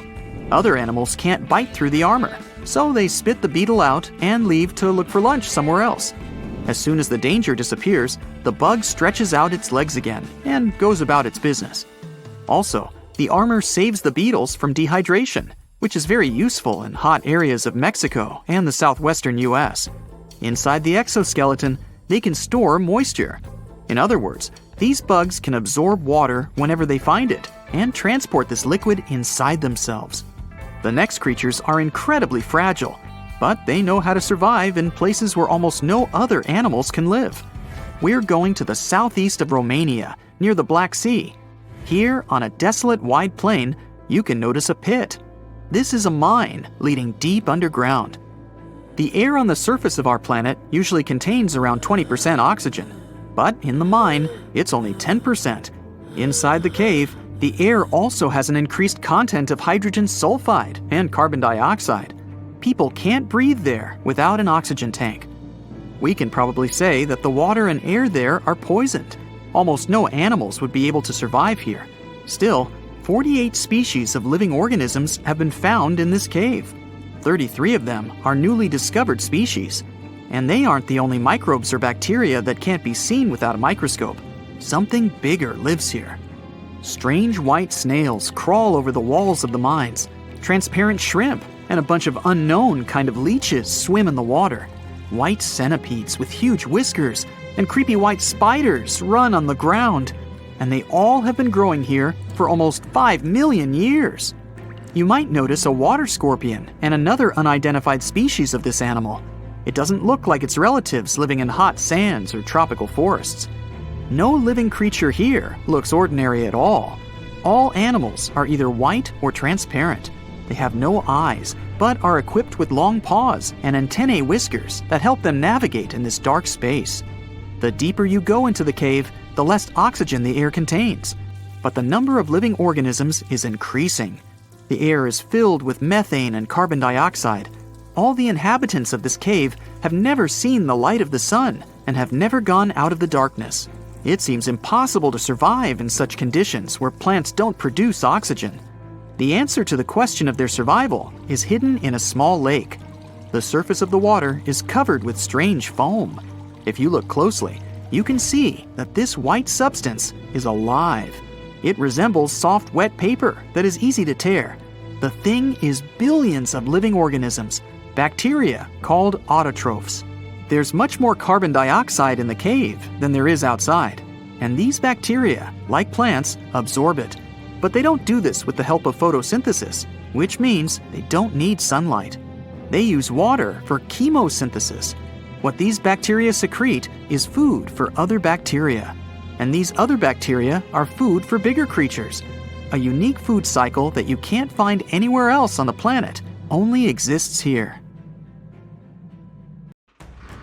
In 2021, while drilling about 11 feet beneath the surface of permafrost in northeastern Siberia, researchers uncovered a 24,000-year-old frozen life form. And then, they brought it to life. Before cloning it, or better said, it cloned itself. This might sound like the beginning of a sinister horror story, but don't worry, it's actually quite the opposite. What scientists unearthed was a microscopic frozen organism that could fundamentally reshape what we think about evolution and survival. The uncovered tiny creatures are called bdelloid rotifers, microscopic animals with little wheel-like mouths that they use both for moving and feeding. They were first discovered in 1696 and are fairly common in freshwater environments around the world, with a few saltwater species. They might seem unremarkable, but scientists have been studying them since early microscopes made it possible to actually see them. Because even though there are only a few dozen microns wide, they're surprisingly complex, with brains, guts, muscles, and reproductive systems. Could it be that within that complexity lies the secret to ultimate resilience, maybe even for us humans? Let's break it down. These creatures are extremophiles. That means they can survive being completely drained of water at any point in their life cycle, then lie dormant until rehydrated. But that's not all. They can also persevere through some of the harshest conditions on Earth, or in outer space, or even being stuck in the Siberian permafrost wasteland for tens of thousands of years. This is possible because they can enter cryptobiosis, a condition where organisms pause their metabolism and become nearly inactive. It may sound sciencey, but actually, some of the everyday products we eat are stored in a fridge thanks to this phenomenon. Take yeast, for example. Live yeast cells are surrounded by a protective layer made of dead cells and some nutrients. You can keep yeast at room temperature, but if cryptobiosis comes into play, in the form of your fridge or freezer, it stores much better and longer. During cryptobiosis, rotifers accumulate protective compounds like chaperone proteins, which help them repair and recover once favorable conditions return.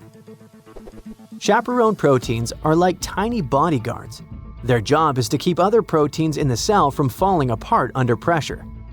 When the body is stressed, whether from heat, cold, toxins, dehydration, or just the natural aging process, the proteins inside our cells can start to misfold. Proteins need to be folded into very specific shapes to function properly, and when that structure breaks down, they become useless, or worse, harmful. Misfolded proteins can pile up and interfere with normal cell function. In some cases, they clump together in ways that poison the cell. This kind of damage is even linked to serious health conditions.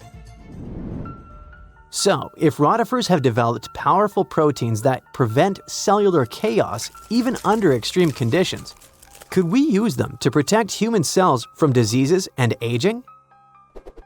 By analyzing the age of the ice they were found in, scientists figured out that these frozen rotifers were at least 24,000 years old. That's a huge leap from earlier studies, which showed they could survive frozen for only about 10 years. Now that's what you call record-breaking. This period of Earth's history is known as the Late Pleistocene Epoch, a time dominated by the Ice Age, which means these invertebrates were lying dormant when Manny and Sid were having their adventure while roaming the icy landscapes, along with saber-toothed cats and giant ground sloths.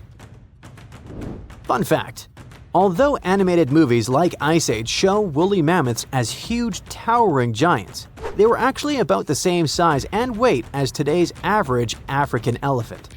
Nature and evolution can be so cruel, yet fascinatingly unpredictable. Massive, menacing beasts that came from the Ice Age couldn't survive it, yet something tiny and weird, like a bedelloid, could. But regarding our unfrozen creature, after the soil thawed, the organism didn't just begin moving again, it also started reproducing. This is thanks to an ability called parthenogenesis, a specific form of reproduction in which embryos develop from unfertilized eggs, allowing them to reproduce independently. It really is like cloning, but it happens naturally. Many organisms, such as certain insects, reptiles, and even some birds, are capable of parthenogenesis, at least under specific conditions. For example, in honeybees, males develop from unfertilized eggs through parthenogenesis, making them genetic copies of their mother. However, parthenogenesis is often seen as an evolutionary disadvantage because it limits genetic diversity, meaning that most species that reproduce this way eventually face extinction. Despite this, bedelloid rotifers have diversified into over 450 distinct species over millions of years, which is extremely rare. Scientists believe their survival comes down to a few evolutionary adaptations. They can pause their metabolism through cryptobiosis, repair their DNA with specialized proteins, and even borrow useful genes from other organisms using a process called horizontal gene transfer. Unlike most animals which rely solely on inherited DNA, these organisms can steal genetic material from bacteria, fungi, and even plants, splicing foreign genes into their genome to gain new survival traits. Some studies have shown that up to 10% of their active genome comes from foreign DNA. This could explain their extraordinary resilience. They borrow genes for stress resistance, toxin breakdown, or radiation repair, essentially patching and upgrading their DNA in real time. It's not like the mind flayer from Stranger Things, where the creature absorbs another organism to improve itself and grow. It's more like a spy stealing a blueprint from a rival lab to learn its secrets. When cells rupture, for example, when bacteria die nearby, bedelloids scoop up loose DNA fragments and integrate them into their own genome. Interestingly, the usual expected lifespan of bedelloid rotifers under normal circumstances is only 2 weeks. The soil sample that contained these rotifers also held nematodes, or roundworms, another group of tiny survivors already known to withstand tens of thousands of years icebound. This isn't just limited to microscopic animals. Researchers have successfully regrown Antarctic moss and entire Campion plants from seeds and samples frozen for hundreds or even thousands of years. In 2016, a team of Japanese scientists brought tardigrades, or simply water bears, back to life after 30 years in cryptobiosis. Tardigrades are even more impressive because they can live in a suspended state for up to 30 years, without food or water, and with temperature swings from deep freeze to 300 degrees Fahrenheit. These guys can also endure crushing deep-sea pressures, vacuum, microgravity, and intense radiation of space. Remember when we said earlier that these species can survive the harshest conditions on Earth and beyond? It wasn't an exaggeration, and now you understand why. And it's exactly why NASA and its partners sent water bears and bedelloid rotifers into orbit. They've even been aboard the ISS, helping scientists understand how these animals handle microgravity, radiation, and stress. Not only that, but in 2007, the European Space Agency launched a bunch of tardigrades into low Earth orbit, completely exposed. No suit, no shield, floating in a vacuum. They were blasted by cosmic radiation, UV light 1,000 times stronger than what hits Earth's surface, and temperatures near absolute zero. And when they came back, most of them woke up and reproduced despite the harsh conditions they were exposed to. This ties into an old theory called panspermia, the idea that life didn't originate on Earth but arrived here, locked in space dust or trapped inside a meteorite. Before, maybe it sounded like a fringe science, but when organisms can brush off cosmic radiation, then it doesn't seem so far-fetched, does it? What about humans? Does this mean we now fully understand the way hibernation works and are close to putting humans in this state? Sorry for spoiling it for you, but it still feels more like science fiction. However, researching rotifers, water bears, and similar organisms can lead to massive breakthroughs in other fields. Their resilience might be a blueprint for medicine, for reshaping what it means to age, maybe even to pause life itself, or extend it. We're talking real, practical innovations, from better preservation of human organs for transplantation to drugs that slow aging at the cellular level. And yes, maybe even cryogenic hibernation, long enough to make interstellar travel possible. Scientists just discovered a lake in Antarctica that flips everything we thought we knew about life on Earth. They drilled through thick ice and found liquid water where everything should be frozen solid. And inside this water, there is life. I mean actual living organisms thriving in the dark, untouched for ages. The story starts with an expedition that added a new, super important spot to the Antarctica map. Between November 2019 and January 2020, researchers trekking across the frozen desolation reached an area called Enigma Lake. They thought they were walking over a huge slab of solid ice, but their gear showed something different. So they used a powerful drill to get through the ice, peered beneath layer after layer, and detected at least 40 feet of liquid water trapped under the surface. They came looking for a rock, but found a hidden world under ice in this Antarctica lake, where they would least expect it. The scientists were shocked and didn't stop at this discovery. They wanted to know where all this water came from, because in this part of Antarctica, the climate is ruthless. Extreme temperature, low precipitation, punishing winds, and solar evaporation aren't exactly perfect conditions for a lake. Any fresh water was supposed to have dried up long ago. So there had to be a source for refills for a subglacial lake in Antarctica like this one. The researchers looked at the chemical composition of the salts and dissolved materials in the water. They noticed some patterns that pointed to a source. It looked like the nearby glacier was feeding the lake via some underground pathway nobody expected to exist. So there it is, an amazing Antarctica discovery hidden beneath ice, fed not from rain or surface melting, but from an underground flow that circles the Earth in silence. And because of that, when the team drilled deeper, they didn't just find water, they found a secret ecosystem. Life, where they thought there couldn't be any. Now by life here, I don't mean the kind that waves at us. I mean tiny creatures, tiny structures, microbial communities that evolved in isolation, shielded by the ice, and pretty restricted to their hidden home. They cover the lake bed in microbial mats, not just blobs of algae, but complex, carpet-like mats of microorganisms.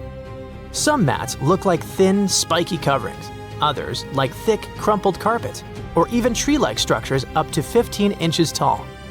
And these formations, looking straight out of a sci-fi movie about life on distant planets, aren't random specks of DNA floating in water. They are thriving, building structures, layering, changing over time. So the lake bed is kinda like a forest floor, only it's dark, cold, and covered by ice. If life can flourish under 45 feet of ice in near darkness, maybe our ideas of where it can exist need updating. And we don't know what happens when we disturb this hidden lake ecosystem. What if we inject humans, machinery, or even our breath into the mix? These microbes have lived isolated for who knows how many millennia, maybe even millions of years, without any exposure to the world above. If humans mess with them, these organisms could be at serious risk when they meet microbes they had never met before. The lake could get contaminated, and its ecosystem could change for good. As we step into this new territory, we must be extra cautious.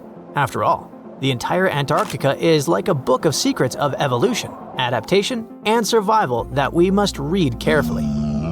This continent keeps surprising us. Animals that were never seen before turn up in its remote corners, from bizarre sea creatures to ice-loving insects you didn't know existed. For example, the ice-loving sea anemone scientists spotted hanging upside down from the underside of the Ross ice shelf. It looks like a delicate flower glued to the ceiling, waving its tentacles into water as cold as a bad breakup. Researchers steered a robot under the ice and found a brand new species. Then there's the celebrity newcomer with serious red carpet energy, the Antarctic strawberry feather star. This floating pom-pom can have up to 20 arms. It got its nickname because the body looks, you guessed it, strawberry-ish. And oh, I guess Antarctica is the last place where you'd expect to see a fish nursery, but it has the largest known one in the whole world. Researchers were there towing their cameras along the Weddell Sea seabed to map it when they spotted thousands, then millions of identical bowls in the sediment. The nests covered 93 square miles of seafloor, and there were a total of 60 million of them, one every 10 inches. All the nests belong to icefish.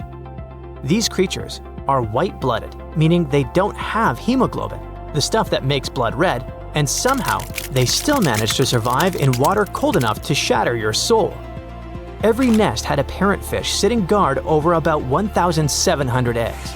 Turns out, Weddell seals feast on icefish, so this massive breeding ground isn't just a nursery, it's also a buffet for the neighborhood predators. And speaking of buffets, the icefish themselves feed from a warm upwelling that pulls up nutrients and microscopic zooplankton. It's all pretty cool that the icefish colony has a hard edge, a literal line in the sand. The edge of that border matches perfectly with the outer rim of the warm upwelling, which looks like a carefully crafted evolutionary trick. Another Antarctica discovery that shocked scientists wasn't a cool-looking fish or a dinosaur bone, but something probably even more important for science: bubbles. Tiny ancient bubbles trapped inside what might be the oldest ice ever brought up to daylight, nearly 1.2 million years old. Before this discovery, researchers had recorded climate history going back 800,000 years, but they wanted more. They spent years searching for the perfect spot where ice could tell the story straight through. Some Antarctic regions hold ice even older, maybe 3 or 4 million years. But it's patchy, and they needed a continuous record. When they finally drilled into the right spot, they found crystal clear ice cores with bubbles that trapped the atmosphere of Earth as it was hundreds of thousands of years ago. When scientists analyze the air inside, they're not just studying gases. They can tell what our distant ancestors inhaled, what the planet exhaled, and how the rhythm of life and climate played out long before us. The period around 900,000 years ago, the same time sealed inside this ice, may have been one of humanity's closest calls. According to genetic studies, the human population shrank to about 1,300 individuals on the entire planet. Nobody knows what exactly led to this, but it could have been the climate. So these ancient bubbles might hold the clues we need to understand how our ancestors survived one of the toughest chapters in Earth's story. And maybe how we can survive the next. Because, the planet keeps repeating itself in new and uncomfortable ways, and Antarctica has lessons to teach us. One lesson we might learn the hard way has to do with what's under its ice. Scientists recently found that there's something brewing beneath Antarctica that's anything but chill. There might be volcanoes there, quietly waiting for their moment. Yeah, you heard it correctly. Volcanoes, the hot, fiery kind sitting under miles of ice. The team used computer simulations and found that when parts of the ice melt, the pressure holding those volcanoes down eases up. And boom! They could start melting even more ice from below. It's like a self-feeding loop of chaos. The ice melts, volcano wakes up, then more ice melts. Even if humans stopped affecting the climate conditions on the planet tomorrow, that chain reaction could keep going, because it's not just about the air. It's about the fire hiding underneath. The scariest part is that this kind of melt could raise sea levels way more than we thought. And since Antarctica has over 70% of all the freshwater reserves on Earth, you can imagine the drama level it could lead to. So you see now that Antarctica map is like a real-life board game for humans, and we must be careful studying and playing it. In 2020, strange signals from deep beneath Antarctica sent shockwaves through the news. Within days, headlines exploded. NASA had found a parallel universe where time runs in reverse. But what really happened? And what did scientists actually detect? Well, this story is a case of madness, misunderstood experiments, and the human need to believe in mystery. Even today, every few months, someone reposts a headline screaming that NASA found a parallel universe in Antarctica. A universe where time flows backwards, and people believe it. But no, NASA didn't find a mirror world under the South Pole, or some sort of a backwards reality where people age in reverse or speak in rewound sentences. They did find something curious, though. Here's what actually went down. Scientists were flying a strange-looking instrument over Antarctica called ANITA, short for Antarctic Impulsive Transient Antenna. ANITA is a machine that floats over Antarctica, basically a giant balloon with antennas. It listens for tiny space particles called neutrinos. Neutrinos are super small and ghost-like. They have almost no weight and go through stuff like it's not even there, even entire planets. Usually, these neutrinos come from space and rain on Earth from above. Most neutrinos, the common low-energy ones, just fly right through the Earth like it's air. They're like tiny bugs flying through a chain-link fence. There are some very high-energy neutrinos, though. They're super rare and they interact a bit more often with matter, and they can get blocked. If high-energy neutrinos hit something dense enough, like the rock and metal inside Earth, they might finally bump into a particle and get absorbed. That's more like fast tennis balls that hit the fence once in a while. Low-energy neutrinos, which are everywhere and pretty harmless, are pretty undetectable. But these high-energy guys are exactly what ANITA can detect. When they slam into ice, they send some radio waves that are easy to listen to. This faint radio signal is called the Askaryan effect. And yep, that's exactly why ANITA is flying over Antarctica. That's because the ice is pure, dry, and quiet. It's perfect for catching those rare signals. So, what did ANITA detect? It detected something rising up from below the ice, like a high-energy neutrino coming from the Earth. What? Okay, let's think logically. Maybe it started somewhere in the north, traveled all the way through the Earth, and popped out the other side. Still, that's super weird. That's not supposed to happen. Neutrinos with that much energy should have been stopped inside the planet. Like we said, get absorbed. So, scientists caught a little bit of a brain bug. That shouldn't be possible with our current physics, unless something we don't understand is going on. And when you're faced with something bizarre, you explore all options, even the wildest ones. The nightmare began. A group of researchers published a paper suggesting that this strange signal might make sense in a CPT symmetric universe. CPT stands for charge, parity, and time. These are basically three ways to flip the universe. Charge means swap all particles to their opposites. For example, swap electrons, the guys with the negative charge, with positrons, their antimatter twins with the positive charge. Parity means mirror the universe, literally like looking at it through the mirror. Left becomes right and right becomes left. And time, of course, means run time backward, like rewinding a video. Now, there's a big rule in physics called CPT symmetry. It says that if you change all three of those things at once, the laws of physics should still work the same. This is kind of insane, but if you took the entire universe and swapped matter with antimatter, mirrored it, and reversed time, it would still follow the same physics. Why is that?